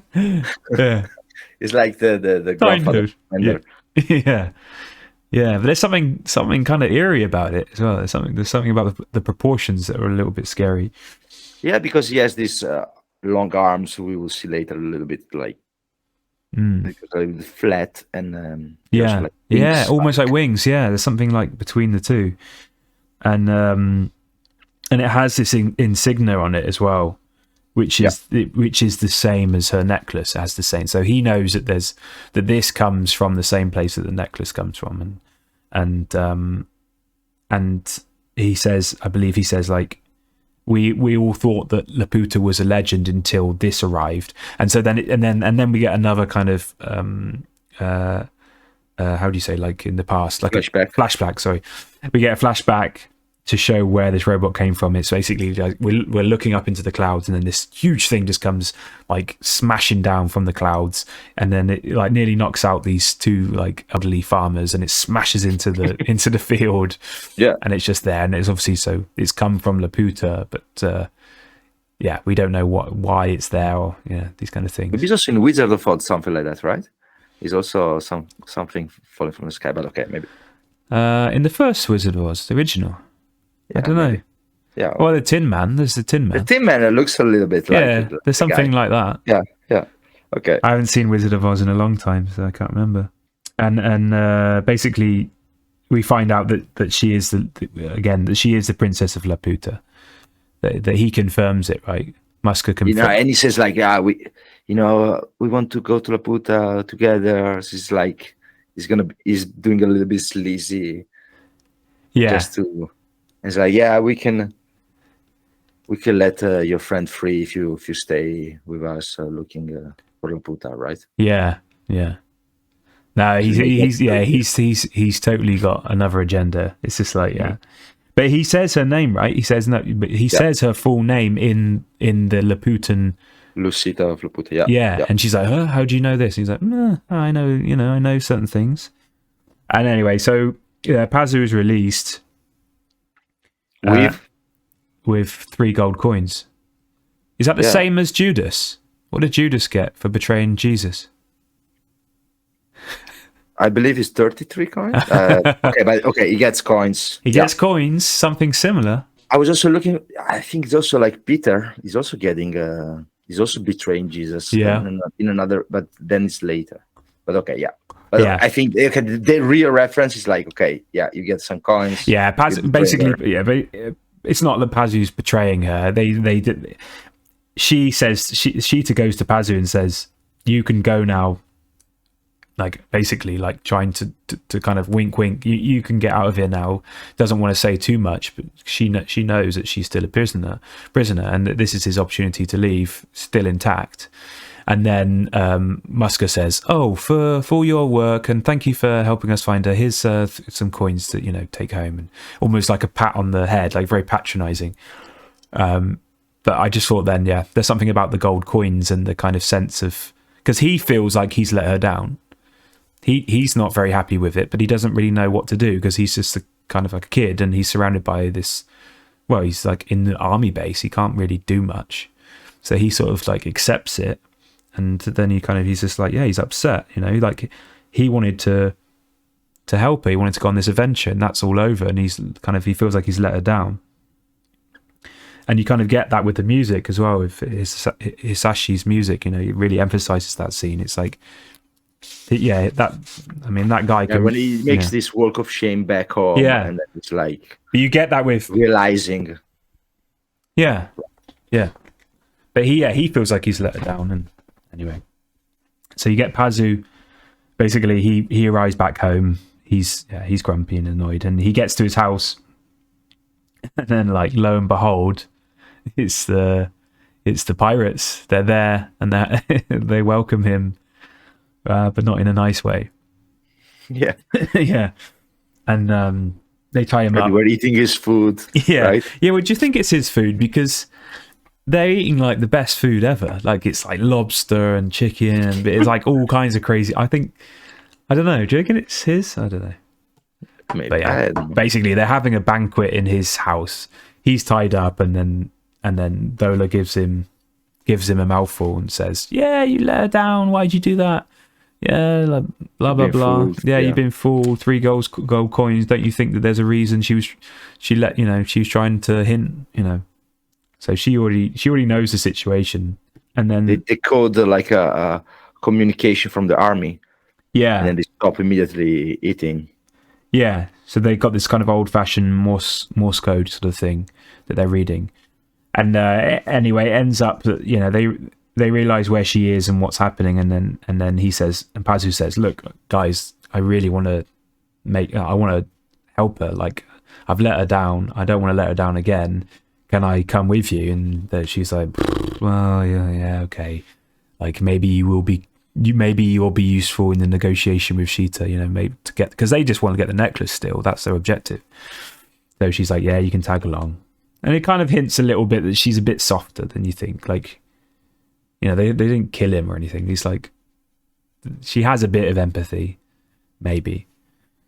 And then we see this like huge airship arriving at the fortress, because they say, "Oh yeah, here comes is it Goliath? I believe it's called the Goliath." Yeah, I think so. Yeah, and we start to see like the capabilities of the army and what they have and their resources compared to everyone else, and it's like, yeah, just this massive like airships with guns and all kinds of things, and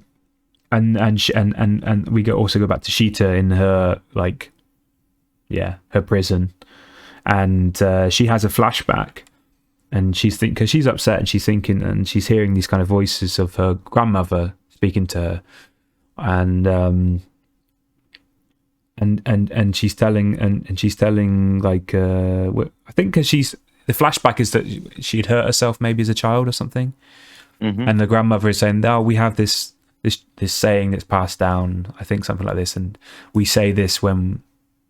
I can't really remember what the context was, but when things aren't good and we want to see the light again. So it's like to help the light show her the way. That's basically what the grandma is saying.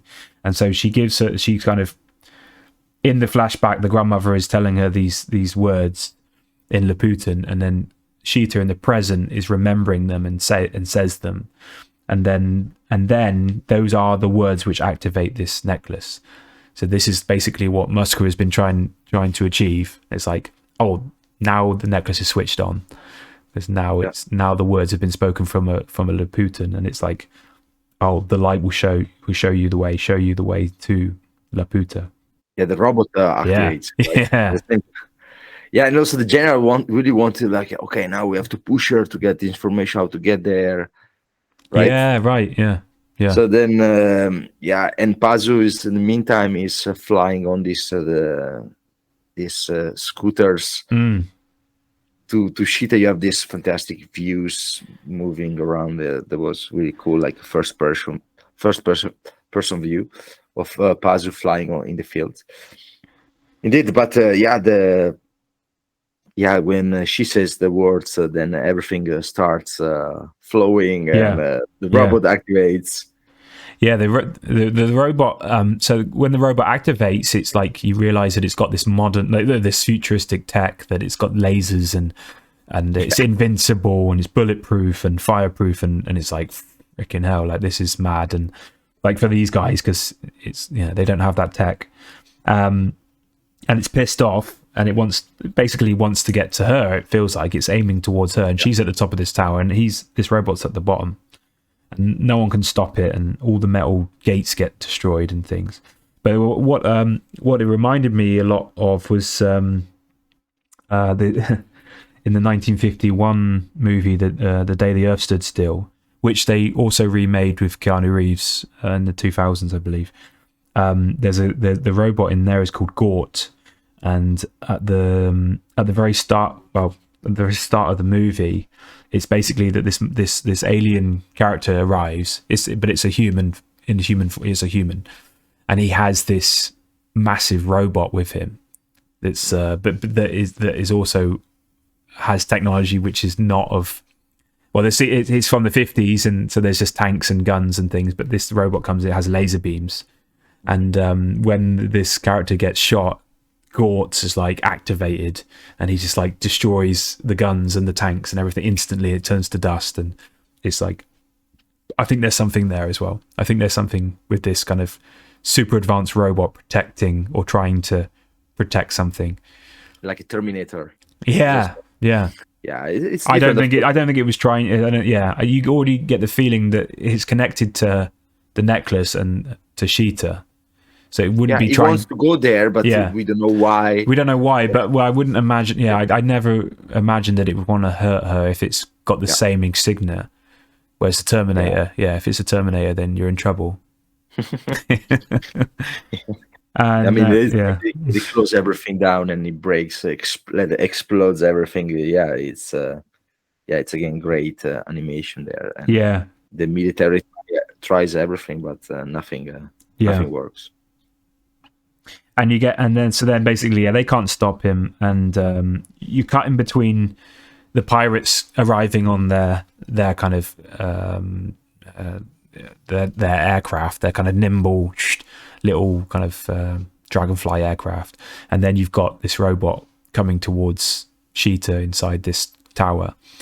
And it gets to the top of the tower. She's also on the top. It's like, what are you going to do? And it protects her. When she's on top, then the crystal starts with like having a beam. True. The direction of Laputa. This is like Mascara recognizes immediately. Oh, this is what we want. Right. And we see that the robot is just like trying to protect her and kind of shields her from shots and explosions from the airship cannons and from the soldiers and things. And then it takes this massive like cannon in the chest, and it just like goes and falls over. And you have some more action and scenes and things there, but basically she loses the crystal then. Yeah. She loses the crystal. It falls off of the wall down to to the rubble. And Pazu basically saves her on one of the aircraft, and they get away, but without the crystal. And the robot's dead, I think, pretty much. Yeah, the robot in the meantime basically destroyed the whole fort, right? It was he was shooting down everything. Yeah. Just before the pirates arrive. Yeah. And Pazu is I think it's also like one of his key skills is like he has this like really sharp vision, right? There was like why he saw the girl when she fell at first, and now it's like he's also seeing her from far away. He's like, oh, right. That's her. Yeah. So they get closer, and basically you see the robots closing in to Sheeta, but more to help her actually, just before getting the final shot. Yeah. So there's like this moment where she's scared of the robot, but the robot actually helps her. Yeah. And and then passes on this dragonfly with Dora, but then Dora basically she's passes out. Yeah. And they go like vertical. Yeah. She's almost like hitting the ground. Yeah, she's like falling out as well. Yeah, out the back. And in the meantime, you have this romantic grab. So basically, he gets Sheeta upside down. Mm. And basically, then this massive berserk destroy. Mega scene ends up with Masker finding the crystal on the ground. So now, he's got it. So you have and it's still guy, and it's still glowing as well. It's still pointing the way. Yeah.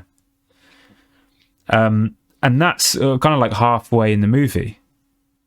Yeah. That's also again a kind of another natural, like, chapter in a way.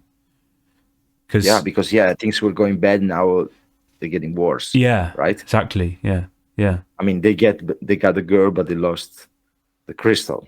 Yeah. And the army knows where to go, and they don't. Yeah. And so basically it's like the pirates and Sheeta and Pazu are like just flying off, like, because they're being shot at and stuff. They're just like going back to the town, like back to Pazu's home. To the main ship. They go back to the main ship of the pirates. That's where they're headed. So then it's because they have this conversation before that, right? Then they say like, can we join you? Because I think they wanted to drop them off and just be like, okay, well, that was the end of that. And then they're like, no, we'll become pirates. We'll join you, please. Like, and he's like, yeah, but there's no going back once you join. You're like, you'll be wanted by, the authorities forever. And right. I think that's like, I think they do that. The conversation is when they are on the dragonfly, indeed. On the way. And that's something I kind of feel maybe one of my only criticisms of the film is that dialogue. Is that scene, because I feel like it's such a jump from Dola's character to suddenly accept these two guys into the group and no longer try and get the crystal and the necklace. It's almost like, I don't know, it seems like too nice of a deed. Yeah. But they know that, I mean, she saw that he could be valuable, right? Yeah. And probably she thought, hey, in this pirate ship, I could use twins in the kitchen, right? Or maybe. Yeah, I mean, of course, But this at the end, this is a classic, also like a manga trope. Like, now there is a bigger boss, and now your past enemies are joining forces. What's the saying, that your enemy's enemy is your ally, or something like that, right?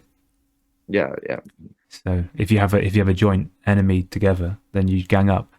Yeah. Anyway, it was just a small thing. I was like, well, okay, well, whatever. I'll just go with that. And like you said earlier, they get to the big airship, like her main airship, and that's just like you could play Final Fantasy 6, I don't know, Final Fantasy 9, Final Fantasy 10, whatever you want to. Oh, God knows, they're all. It's just all airships, and they're all basically derived from this one. It's like this kind of big balloon thing with these spinning turbines and this kind of pointed front, and it is the design's beautiful. And they're on this airship, and it's a kind of simpler tech than what the army has. And we're introduced to another guy on this airship, and it's an old man, Pops. They call him Pops. It's his dad, but I don't know if he's literally a dad. But but anyway, he's like an old version of Pazu. He's a mechanic. He's working. He's like I wanted to say that later. Yeah. I think, especially later, you see that when they are together, it looks indeed like the two of them Dora and this guy, they are basically the main characters, like 50 years later. Yeah, right. Yeah, true. Yeah, I didn't think about that. Both of them could be the same couple. Yeah, because it turns out she has also like two braids. And you see like in her room in the airship that she has this picture of herself when she was younger, and she's adventurous, and we know that. And so it could be like you say, they become pirates, and that then maybe that's it. Maybe that Dola sees herself in Sheeta. And so she has empathy for in that sense, and she sees that she's brave. So maybe that's the reason. But yeah, I think you want to say something about this old guy as well, right? This old mechanic. This old guy is basically like the boss of Sonic, right? Dr. Eggman. Yeah, Dr. Robotnik. Sonic is in 1991. Huh? Robotnik. Robotnik? Yeah, that was his original name, right? Okay. 1991 is Sonic. So, but this design, but maybe. Of course, this is one of the one from Sonic, but maybe the original version is maybe something even from Osamu Tezuka, I think, because it looks a little bit like this character design with like big mustache and round glasses, bald guy. Yeah, basically a ball. But anyone that hasn't seen Laputa, who's just listening to this now, but has seen other Miyazaki movies, he looks a lot like the weird guy in Spirited Away that manages the underground furnace and things like that, who powers the village above. He's got this, it's kind of like a big moustache, I don't know, glasses, weird sort of guy, I don't know. Like it's kind of similar. But yeah, we both thought he looked a lot like Dr. Robotnik, so that was quite funny, but yeah. And you see also all this mechanism is like within this mechanism that looks a bit like in Cagliostro. Yeah. In the clock tower and also like in the mines, right? Yeah. At the start of the movie. Yeah. Yeah, like you see that though as well in the animation. It's beautiful. Like you see all of the cogs and the mechanisms, and you see that nothing there is digital as well.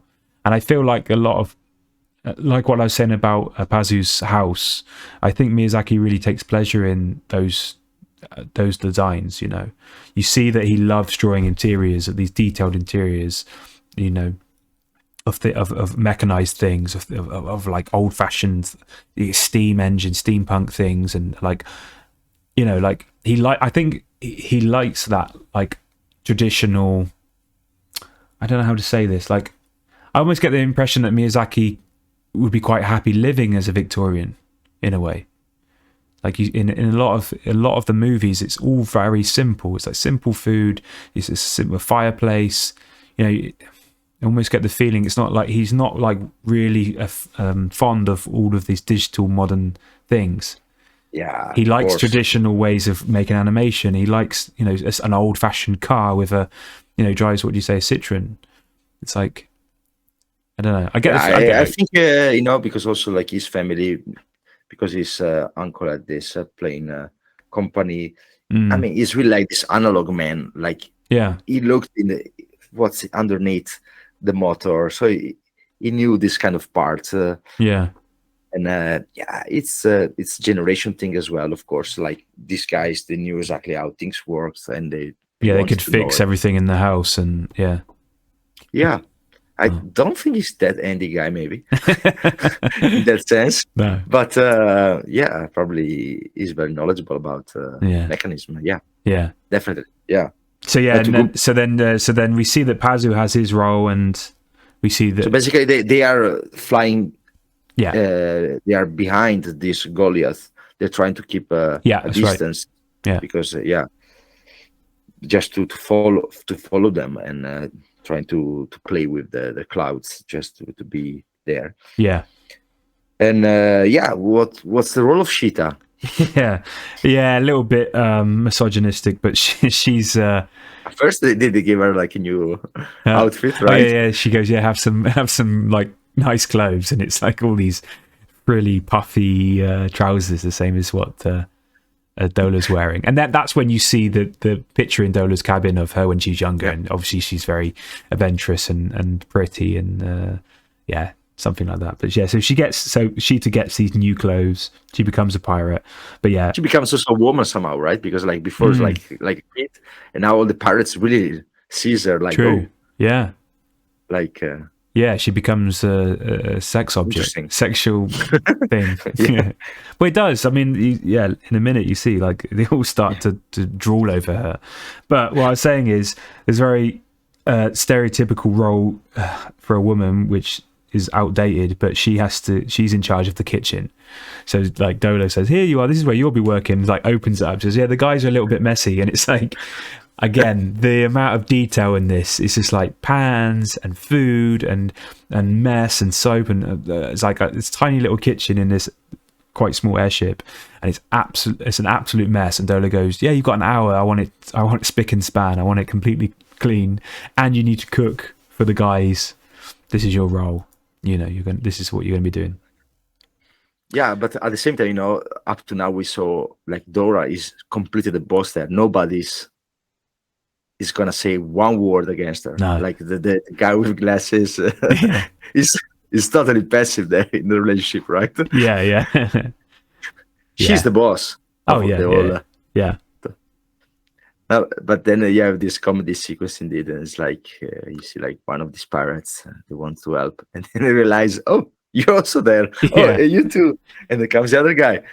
Yeah, it's yeah. So it's just a bit funny. Like everyone's trying to win her over, and it's kind of nice. You get to see the kind of what I like is there's a little bit of slower.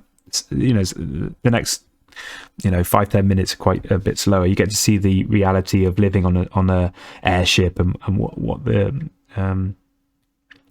it'd be like to sleep there and the mess and that it's hard work and like things like how do you dry your clothes, and they have like this drying rack on the deck, and it's like blowing their clothes like in the clouds, and it's like I like these little things. It gives you a feeling of life for those guys.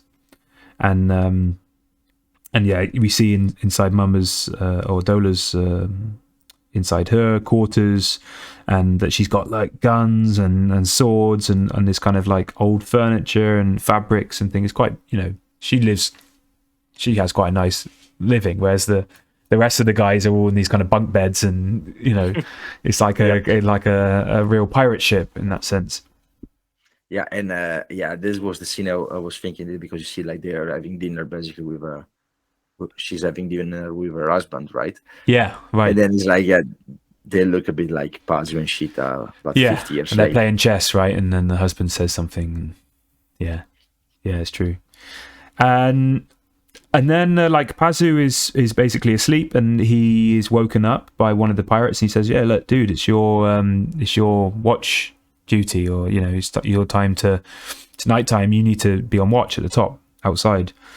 And it's quite scary. You have to kind of climb on the outside of this airship as it's nighttime and flying, and then you sit in this little cabin at the top, like completely exposed.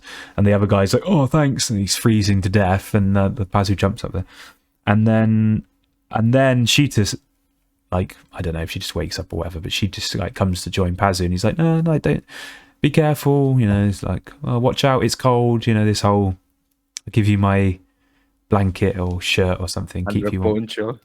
Yeah, they get all cozy, and you have these kind of like these kind of copper tubes running from where they are down into all the different rooms, and one of them goes into Dola's room, and it's like it's like a really rudimentary telephone system, so they can shout down the tubes and issue commands and things, and but they don't really like Pazu and Sheeta aren't really aware of that. They're not conscious of it, and they just start having a conversation. And the one thing that's important from the conversation to gather is that she says that she was taught as a child all of these like spells kind of thing, and she says some of them are for healing and blah blah blah, but one of them, and this is important to remember, is that she says I was taught this one spell of destruction, and it scared me to ever say it and to think about it, and apparently it was, her grandmother or whatever said, to also know the good things, you need to know the bad things as well. So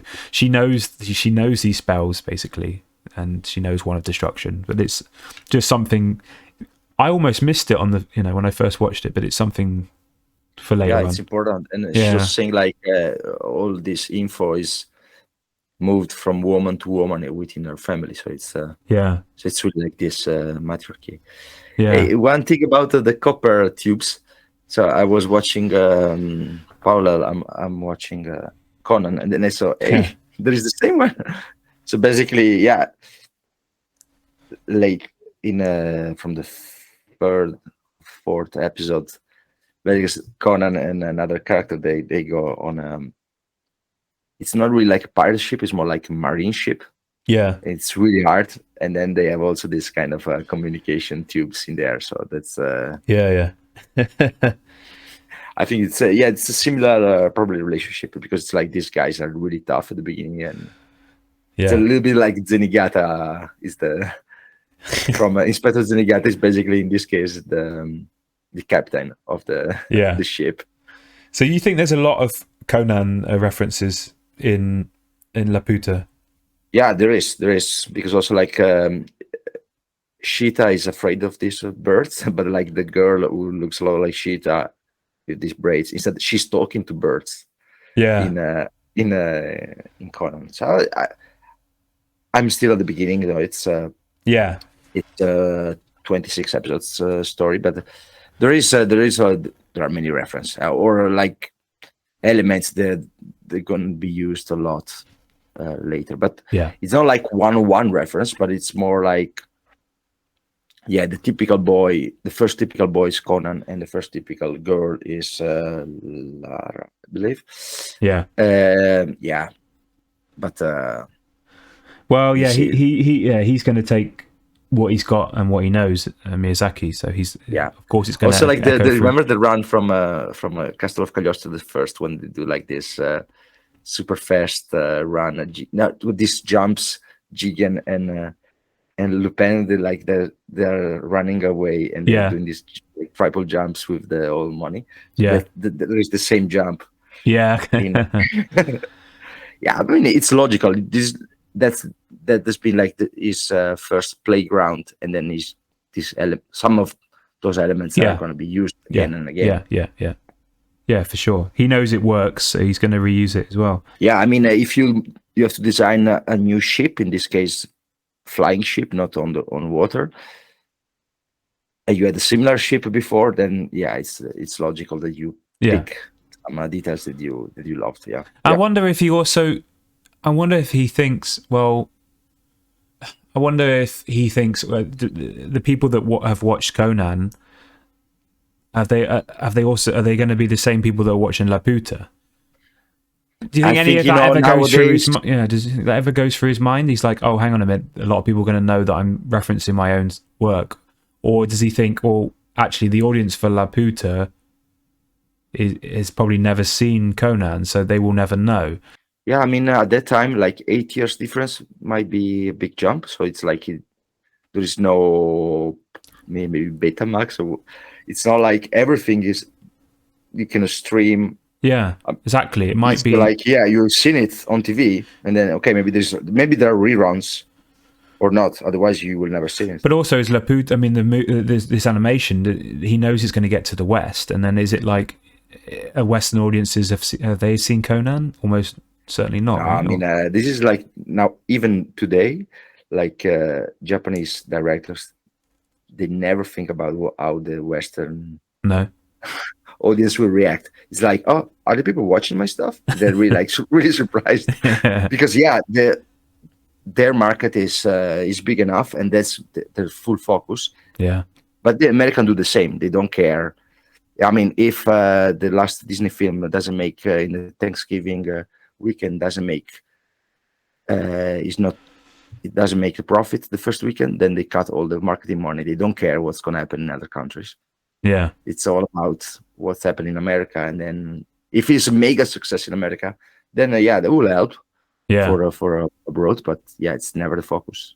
It might change in the future though with Chinese market, because that's going to be obviously there's going to be a lot more money coming from that market, I imagine. I wonder what decisions will be made to nurture that. You see that better maybe with the streaming, like yeah, now Netflix can put in under 50 countries in one moment, everything there. Then yeah, and then you can put like a Korean series and having a Brigitte or a Spanish one. Yeah. So, and this is something, yeah, or like my parents watching Dutch language stuff. It was like impossible 5 years ago. Yeah. And now they do. Like, oh yeah, I'm watching. Well, think about all the Scandinavian series that people were obsessed about 10 years ago, you know, like The Bridge and what's it, The Killing, I believe, and all these like Swedish, The Girl with the Dragon Tattoo, all these things like coming from Norway or whatever, Sweden and Scandinavia. They're massive over here. And so must have been the same feeling for them. Yeah, but this is depends on indeed the company, but so back to the movie. So again we have this calm scene. They're cold. They're chatting. They're on the top of this airship, and then we get this kind of quite creepy scene when Pazu's like, "Oh, what's that? You know, I can see something," and then we cut to the shot of the airship from above, looking down, and we see almost like we're in the sea and there's something coming from the bottom of the ocean up.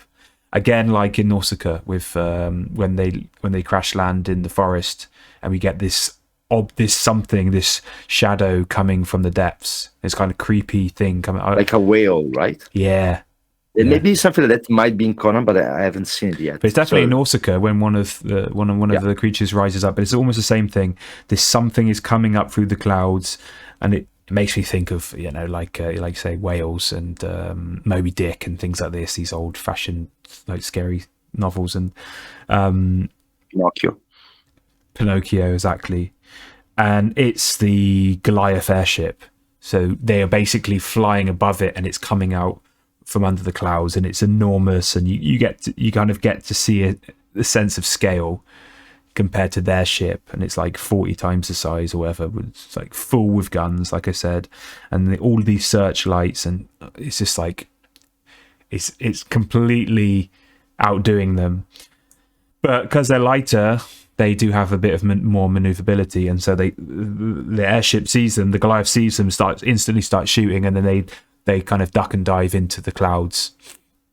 Again, like in Nausicaa, when they kind of escape into the clouds, this kind of scenes, you get these kind of like big, thick clouds at night in dusk or whatever, and they're whizzing around.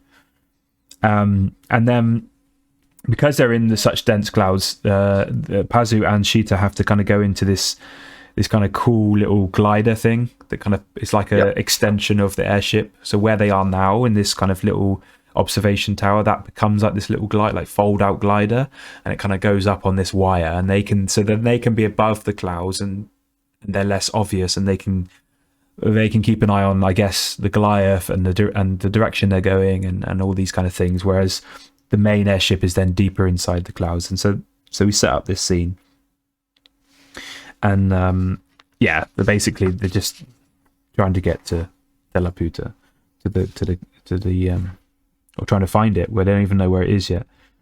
And Pazu then sees this enormous, thick, kind of dense cloud object as well, a bit like in the distance.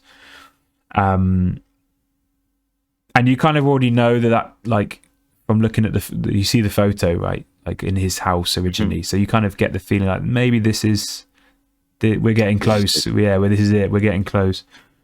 And there's all this problems with air pressure and for the main ship, and she's struggling to keep course. And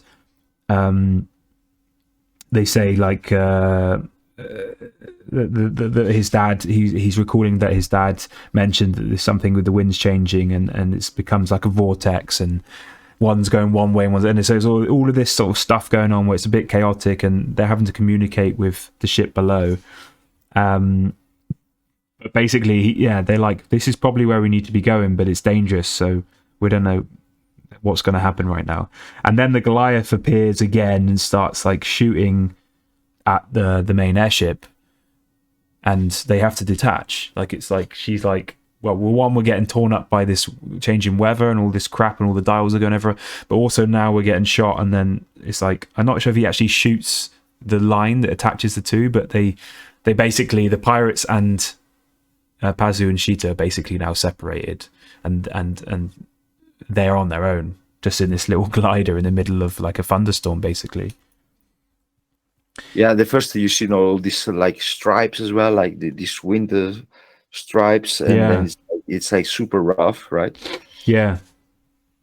Yeah, and then basically they jump because they're under fire. They decide to go like in this basically dragon's lair, right? They see like this. Okay, let's jump into this massive cloud because they don't know, they cannot do anything else. And then it's like even darker. You see this mess of black clouds with thunders. Yeah, the shape of dragon. Yeah. There's a lot of gesture as well, a lot of gestural lines, and you get a lot of close-ups, and the animation style, the drawing style is quite different here. It's a bit more, I don't know how to say. It's less movement and more more like expressions, and you get this sense of like lightning and thing. I don't know. It's a bit weird. It's a bit trippy. It's a bit like 2001: A Space Odyssey when they're at the end when he's traveling. It's like. He doesn't know where he's going. It's sort of like going back to the Wizard of Oz. It's like she doesn't know what's happening. She's in this spinning house, and everyone's a bit unsure of what's going to happen next. Are we going to make it? Are we going to survive? Are we going to die? Like, is this heaven? And he sees. I think Pazu, he sees his father in his airship, kind of like guiding him, and it's a bit more like that. It's a bit, it's almost like he's going off of instinct. I think this kind of gives you that sense, like he knows that there's something here and this is the route to take, even though all the signs around him are saying turn around. He knows he needs to keep going, and they do. And that would be if they were on sea, it probably would be the scene like the how do you say the north will continue rolling, right? The compass. The compass. Yeah, it's like there's no. Yeah, and they're crashing, and the mast is broken. I know what I mean. And then they land. Bermuda Triangle, right? Yeah. And then boom, they land on the grass. Yeah, then they land on some grass somewhere, and we don't even know where this grass came from. And then you get this really nice, like one of the best. I think it's one of the best parts of the movie, and the clouds start to part, and you see that actually this is where they are, and they've made it to Laputa, and it's basically it is, as they say, it's basically like almost like a whole civilization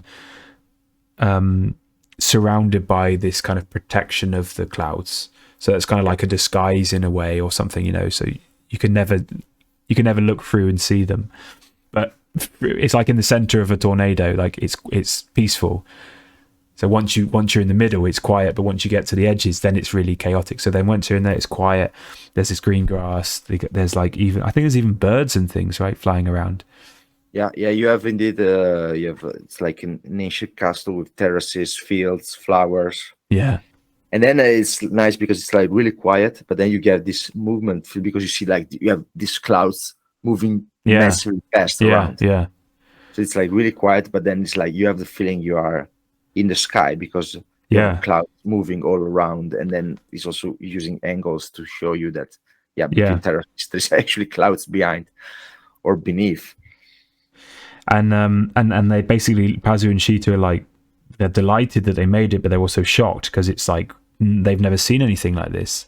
Like this architecture, there's like water aqueducts, there's like columns and pillars, like almost almost Greek architecture, these kind of things, and they're on these kind of floating kind of platforms, and there's waterfalls and all kinds of stuff. And it reminded me like of this kind of like a layout for like a Zelda, going back to Zelda, like a dungeon or level design. Has this kind of like feel to it, like all these kind of different things. Oh, that's where you're going to go later, and this is the next part of the game. You're going to be there, and like has this kind of feeling to it. A bit also like the village in Castle of Cagliostro, like the Roman village underneath the lake, right? Yeah, it's also a little bit water. Yeah, this Atlantis kind of feel, isn't it? Again, and there's a robot again. Yeah, and then this robot appears, and And Friends of Nature moves the glider to give space to these birds' eggs. yeah, So then there's like, oh, this robot is coming. They're a little bit afraid, but then they just move in the glider on the side. yeah, just exactly. to- Yeah, he's just to live. he's just there to create to keep harmony, right? He wants he wants to they've crashed onto this bird's nest. That they're the jerks in this situation, and he's come to move it away. So it's quite but they're like, oh, what's it? You know, straight away they're like, oh, he's going to attack us. But so we already know that there's something about Laputa which is in harmony as well. It's about harmony with nature and peace, and you know, maybe the people that made this robot were quite civilized. You know, well, I guess that's what it's trying to imply. It has, again, like you were saying earlier about this archetypal Ghibli kind of feel with that scene. Like this also has that to it, with the music and nature, and you start to see the Ghibli style, like from here, like building up and into other later on into different movies and things. And it's, I don't know, there's something maybe about just the environment that he sets. Yeah, I just felt like this is a really Ghibli kind of scene. And you see, like in the aqueducts, these kind of ancient fish and these kind of mammals, living there as well. So there's a whole ecosystem as well that's been there, and obviously it's thriving. And this robot then leads them in to the center of Laputa, and it's like, so you go through these archways and this kind of beautiful, like Mesopotamian kind of architecture. You go through all of this and you get to the middle, and you have this enormous tree, right? It's like the tree from Totoro. Yeah, it's like this huge thriving life in the that's middle. really the center basically of the whole civilization, it seems like, right? Yeah. Because it creates also a sort of a dome for the whole island in the sky. Yeah.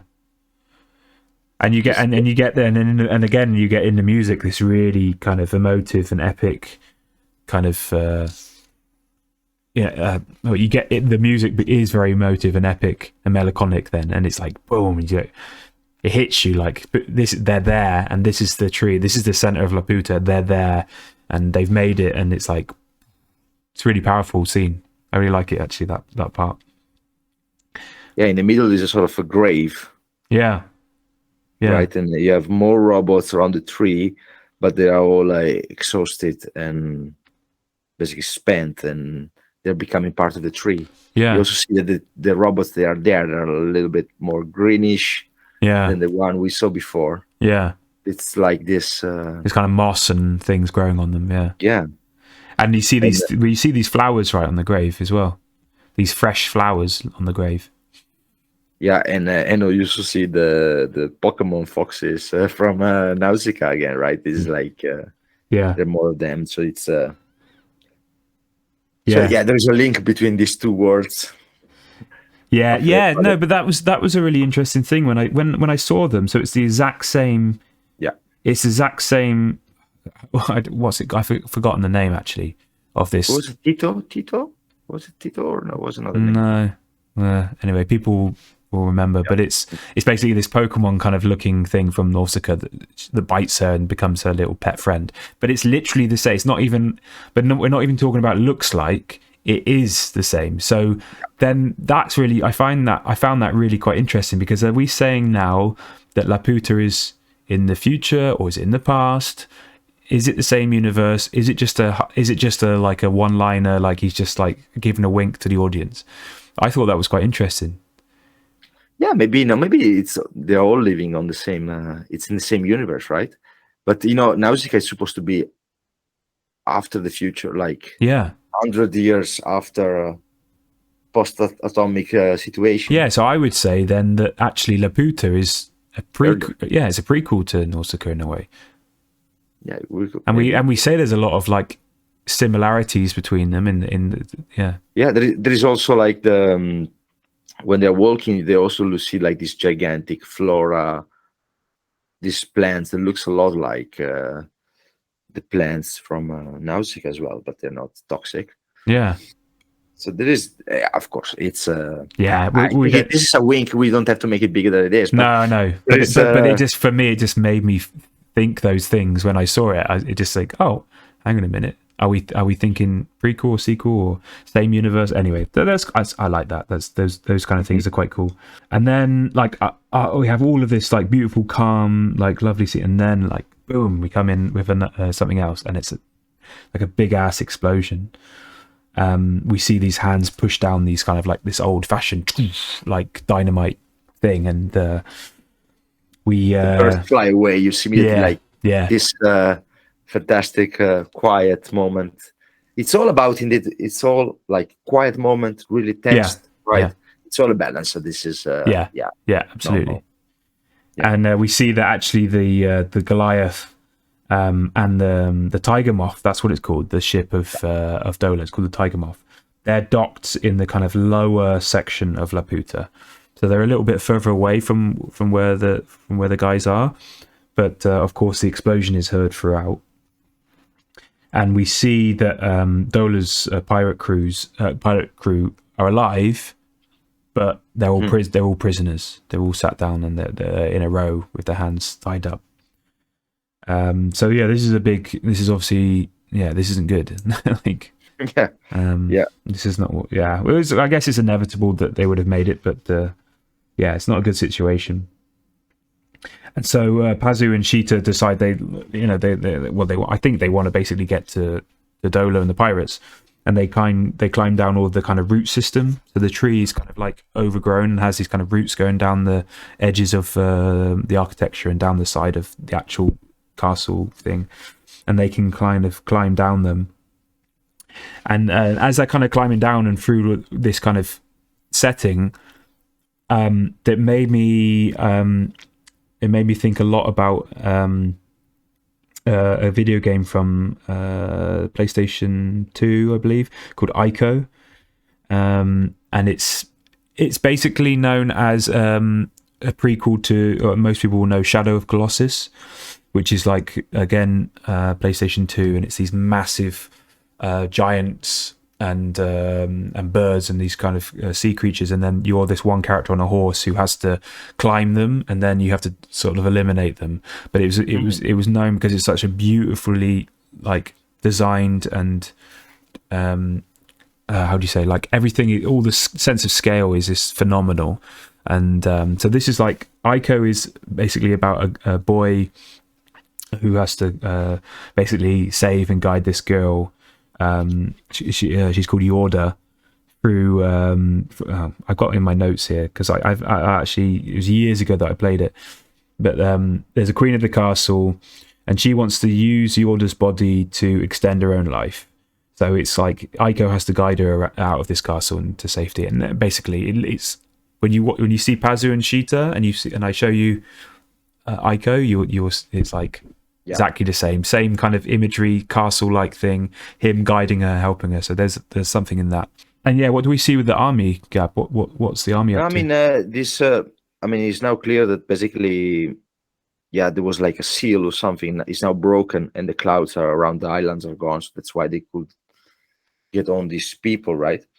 And the army arrives, and the army is immediately focused on getting the treasure of Laputa. Then it's like, you see why they were so interested in. Yeah, it's like, okay, basically, let's get the most out of it. So immediately they focus on that. Yeah, and indeed, the Pazu and Sheeta are like at the start, basically a stealth mission to get to the pirates. Yeah, and of course, Pazu almost falls in the void, and Masca instead has other plan. Is looking to the entrance to the like stone chamber or some secret part, and they notice basically kids, and they start shooting to them. But then Sheeta gets in the middle, and she's taken hostage. Yeah. So then it is the army just for them the mission is accomplished. They just want to get out with their monies. But they realize that Muska cut all the communication ties with the rest of the outside Laputa, and so they also switch sides and decide, okay, now it's time to arrest him. Like, he's a traitor. He has other plans. It's clear that they're not on the same line anymore. Yeah, so like we were already saying earlier, there's the tension between them is now very evident. That actually Muska will backstab the army to get what he wants. Yeah, you're right. Yeah. So and now we have Muska inside, and he's also with a couple of his. We found a secret entrance that he has this secret entrance that you can go through. Nobody else can. It's like a one-way pass, right? Yeah. Because he has a crystal, he can go there, and he knows more than everybody about this, and he's so looking for the core of Laputa. So in a search of what did you think about the interior when he goes through into this kind of secret area of Laputa?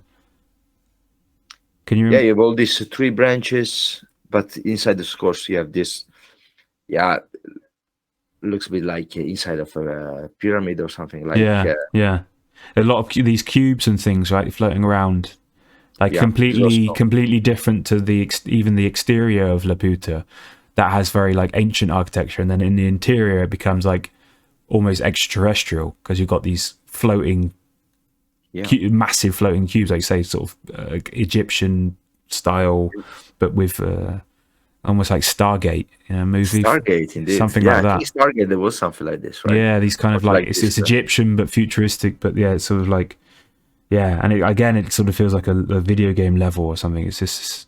Was it something like this also in in the first Indiana Jones, or not really?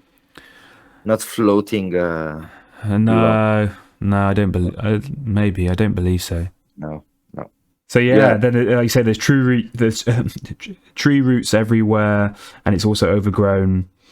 I mean, it's clear that there is like composition, because also when they were going down from the terraces, you see that there's a moment where the trees and the branches and the roots are mixing with the construction. So basically, there is a construction around trees. So it's like there are two elements of this island. That's it. As you say, there's almost like the man-made and the natural, kind of trying to strike a harmony between the two.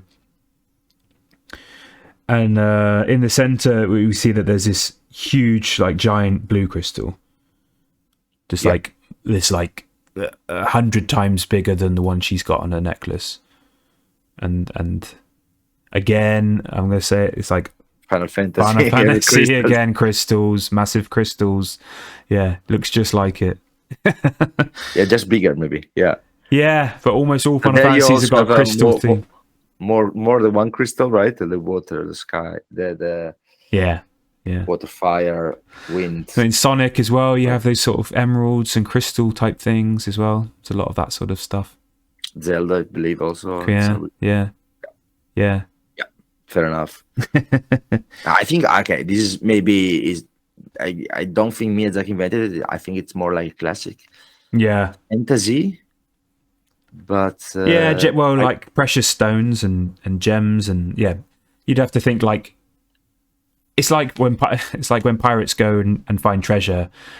It's not like, oh, here's loads of gold coins. The main highlight is like, here's the big ruby, or here's the big diamond. Like that's the real treasure. Like there's always one thing there that stands out. And that's like, this crystal is the thing for Muska. Like that's the one piece. Yeah, he found it.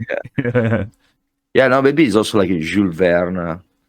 There's also like something in there, because it was also like this turn of the century. You mean Journey to the Center of the Earth, this sort of thing?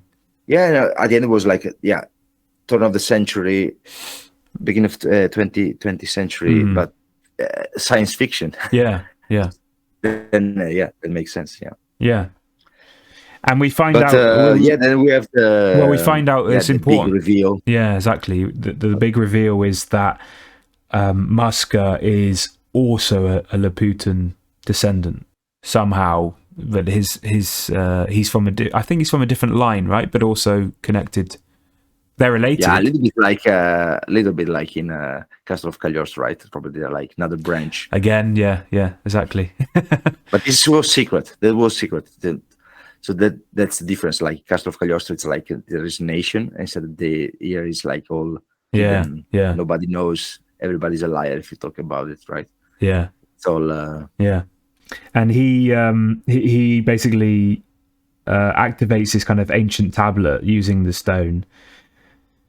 And basically the whole of Laputa opens up in the lower section, and you kind of get these large columns like popping out, and the cubes are moving, and the branches are breaking, and like Pazu nearly falls to his death again. He basically holds onto this branch, and you get and you get this. It's quite funny because Pazu, when he falls, he has this kind of like this sound he makes, this kind of like yelp. And it's exactly like the same when you play Zelda and you sort of fall off a ledge and you die, and he goes, this kind of like thing, this kind of like generic sound. But basically the whole of Laputa is just basically changing now because he's returned and he's like king again. Real power, yeah. Yeah. And then, yes, power. He can holograms himself, right? Yeah. And then when the military try to block him, then he just showed them that he has this thunder power that he can activate, and then he's like atomic bomb in the sea, right? With like with atomic mushroom as well. Yeah, it was like these lasers. Like he can just nuke things. It's like Jesus, like he's got the power. Yeah, a little bit like the monsters in Nausicaa. They also have like sort of nuclear power. So I mean, he knows that now he has like this massive power, and nothing can stop him, right? Yeah. The military tries.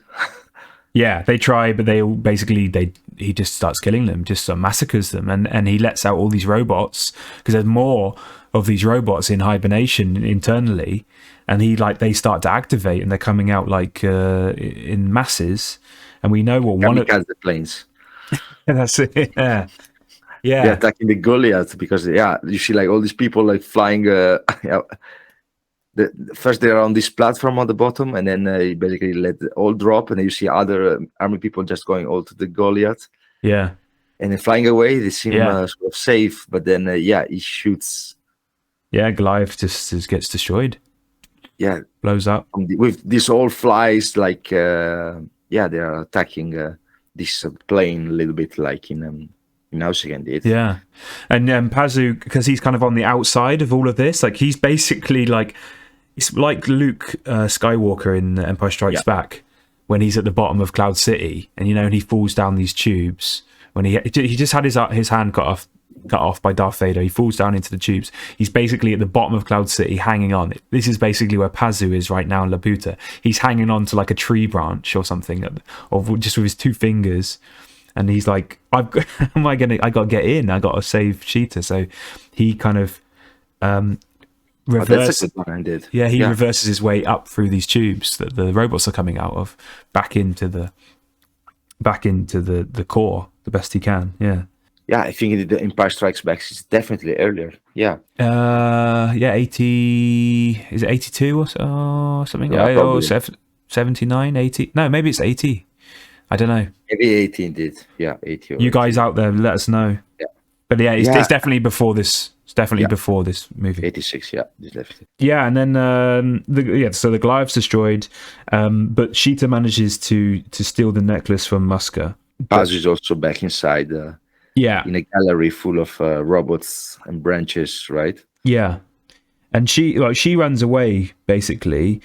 As she's running away, and Pazu's trying to find her, they meet, but only in this very small crack in the wall. So it's kind of like, hey, where are you? Like he's shouting, they're both shouting. He's like, they find each other, but then there's this whole huge wall in the way between them, and then they only have this crack between them, and she gives him the crystal, and she's like, yeah, like don't let Muska get the crystal is the most important thing. He wants to stop Muska, but at the same time, he also doesn't want him to get the crystal. So there's a kind of dilemma. But then Sheeta and Muska, they kind of go into this throne room, this kind of like main, I don't know. Throne room is like what best to describe it. And he shoots off her ponytails in this sort of sadistic, weird way. And then Pazu arrives, and he's just like, Muska, I've hidden the stone. Like, if you kill her, you're never going to get it. If you kill me, you're never going to get it. Like, he's trying to bargain something, and it's kind of like a Mexican standoff, like with the three of them, and what can they do, and who's lying, and this kind of thing. And Muska says, "You allowed 3 minutes to talk with Sheeta." I found that one a bit weird. Why? Why just give them an opportunity? Just shoot Sheeta, grab Pazu, And well, it's he has to have some. They have to conclude it, I guess. And then Pazu says, he's like, this, like we said earlier, we said it was important. This destruction spell, huh?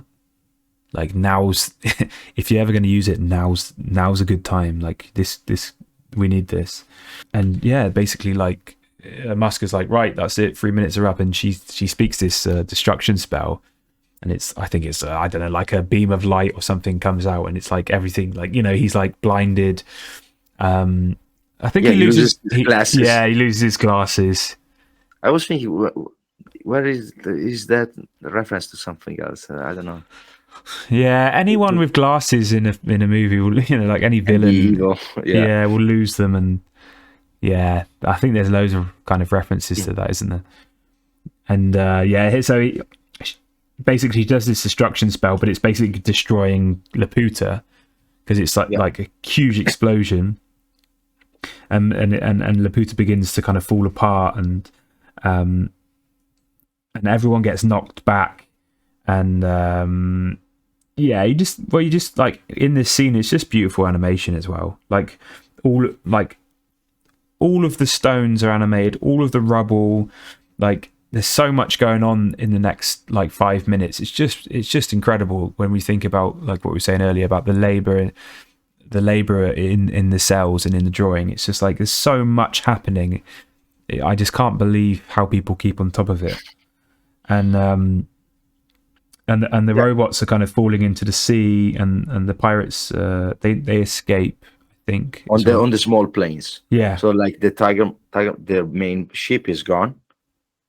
But so they escape on their sort of we said dragonflies, didn't we, sort of thing, and as we see from like an outside perspective of Laputa, we see that like the tree root system is basically taken like the whole. It's like holding everything together.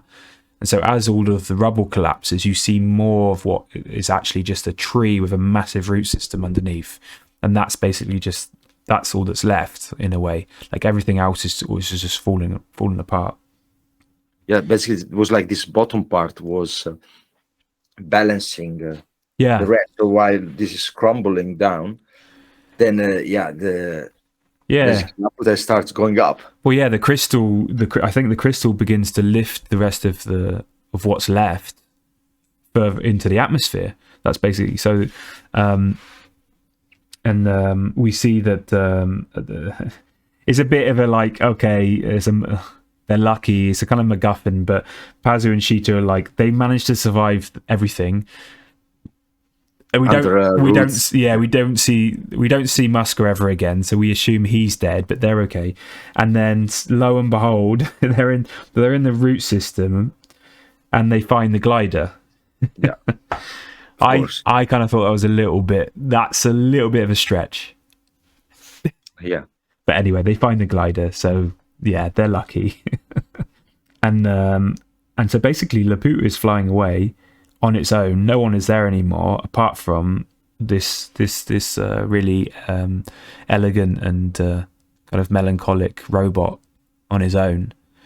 And he's there with the birds and the flowers, and he's walking through the garden, and it's like Laputa's, and it's just like almost like, well, that's his life now until he dies. You know, it's something quite sad about it as well, I found. And Pazu, so Pazu and Sheeta basically catch up with the pirates like mid-air, and they have this train, sort of train of dragonflies. They make a sort of they link together. Yeah, a bit of kind of a bit funny, isn't it? And all of them are safe, and they brought some treasures, right? They got some. Mama gives him a hug, and then she says, all this effort and only these to show. And she just like, she goes, all this effort, only these to show, and she has like a handful of gems. And then and we think, oh, okay, well, that's something. And which is also just like at the end of Treasure Planet, the Disney film. Yep. At the very end, the pirate guy, Blackbeard or whatever, he's like, you think that he didn't get any treasure, but he has a handful of, like, we managed to get something. And then like you say, then the rest of the pirates they've all stolen loads as well.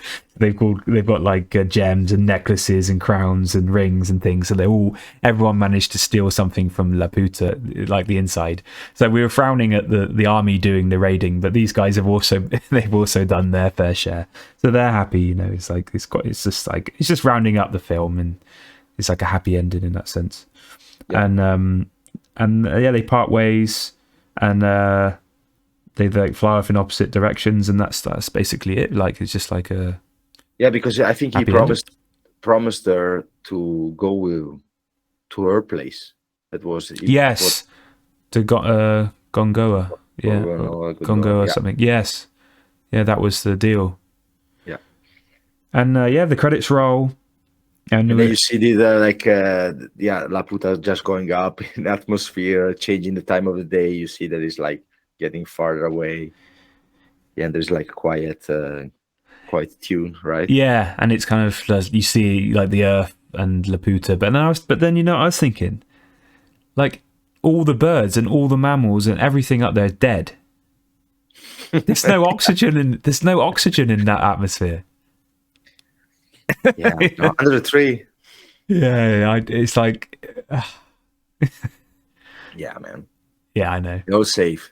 I know, they're all safe. Yeah, it's surrounded by magic, keeps them protected. I'm being too realistic, but yeah, that's basically the end of the movie. And I just made a note as well of like all of the influences as well that we may have or may not have referenced in the review. But there's the Porco Rosso, which obviously is later on Ghibli, yeah. But there's a lot in there with the sense of ships in the clouds and all kinds of things, all kinds of references.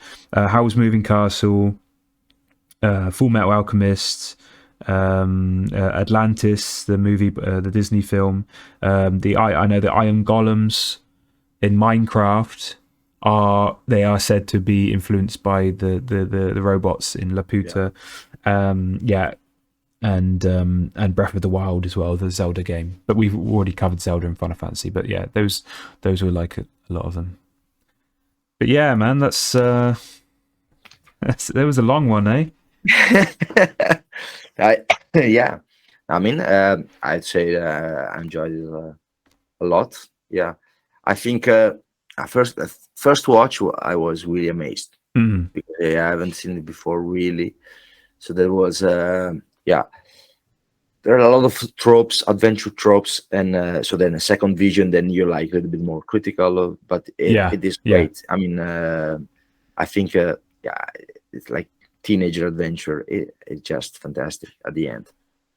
Yeah, you know what, I had never seen it before, and I thought, some weird reason, I thought it was a newer Ghibli film than it was. I didn't realize that it was actually an older 80s one, and in my head it got mixed up with another Ghibli movie. So I never watched it. I'd never given it the time, and then when I did see it, like because we wanted to do it as well. Like I was like, wow, this is a really nice film. This is a really great film, and like you say, it's a really good adventure movie, and there's a lot happening, and it's like, I don't know. When people talk about Ghibli movies, I don't hear them talking about Castle in the Sky, like from my network anyway. Like I guess the real fans do, but everyone's talking about Spirited Away, Howl's Moving Castle, Ponyo, things like that. But actually, like this is, I just thought it was a fantastic piece of entertainment. Yeah, no, definitely. Yeah, I think maybe I was thinking in Italian. I would probably at that time when I was younger, I was confusing because the title was really similar. You have Castle in the Sky and All Moving Castle. Then I might have mixed them up. right. One is 2004, Yeah, I believe, and that one is 1986. So it's it's a difference. Yeah. What would you rate it out of 10 if we're gonna rate I it? think, What do you think? I was super enthusiastic. The second view, Less so, you think? so maybe I will go for 8 because I think like Nausicaa is it's shortened version, but you have the feeling there's like a little bit more depth in there. A bit more nuanced. Yeah, and this is a little bit of tropes, but it's all great. Like the train, the train sequence, the castle itself. It's it is great. Yeah, and it's nice how it works with the two characters, which is also something that is not really coming up later. So, but yeah, maybe it's also because you're aware as well of a lot of Miyazaki's previous and post work, and like we've said, we see the references and we see the inspiration and we see the follow-ups and things, and like you say, you're watching Conan, so maybe it doesn't feel so special in that sense, that you feel like you've seen many things before in different ways. But if it was 1986 and you'd sit in a cinema and you'd never seen it before, I think it would be quite an experience as well. Yeah, I think this movie is great at the movies. Yeah, if you go to the cinema, it would be amazing. Yeah, no, totally. Yeah, like watching the Goonies or exactly. watching Indiana Jones. Yeah, it would be the same. There's something about it. Yeah, I'd probably give it a 7. I think myself. Okay, but I'm really well. We both are, but we're really curious what you guys think, and we'd love to hear actually in the comments if you've ever if you've watched it, if it's one of your favorites, if you anything we missed about it, or that was a highlight for you that you didn't realize as well that we just told you. So I'd love to hear about you, our viewers. Actually, I'd love to know that. So take us out. So classic, eh? Subscribe, please subscribe and like, so we can continue to make these wonderful podcasts. And who are we? Who are we, Gab? Who are we? Hello, my name is Gabriele Minelli. Again, I think it's great. I'm Joseph Gower. And together we're Bawnjourno. We're together with Bawnjourno. We have Instagram. Yeah. Please go on there. You can see our comics and we have some stuff on Etsy. We have stuff on Etsy. There's a link, I think, on YouTube, and there's a link probably on Instagram as well. Again, I keep saying it, but we will have a website coming out soon, so we're getting there. But yeah, thanks for everyone that is subscribed and that follows us and supports us and things. We really appreciate that. It makes it that much better. So see you Laputa, guys. See you later, guys.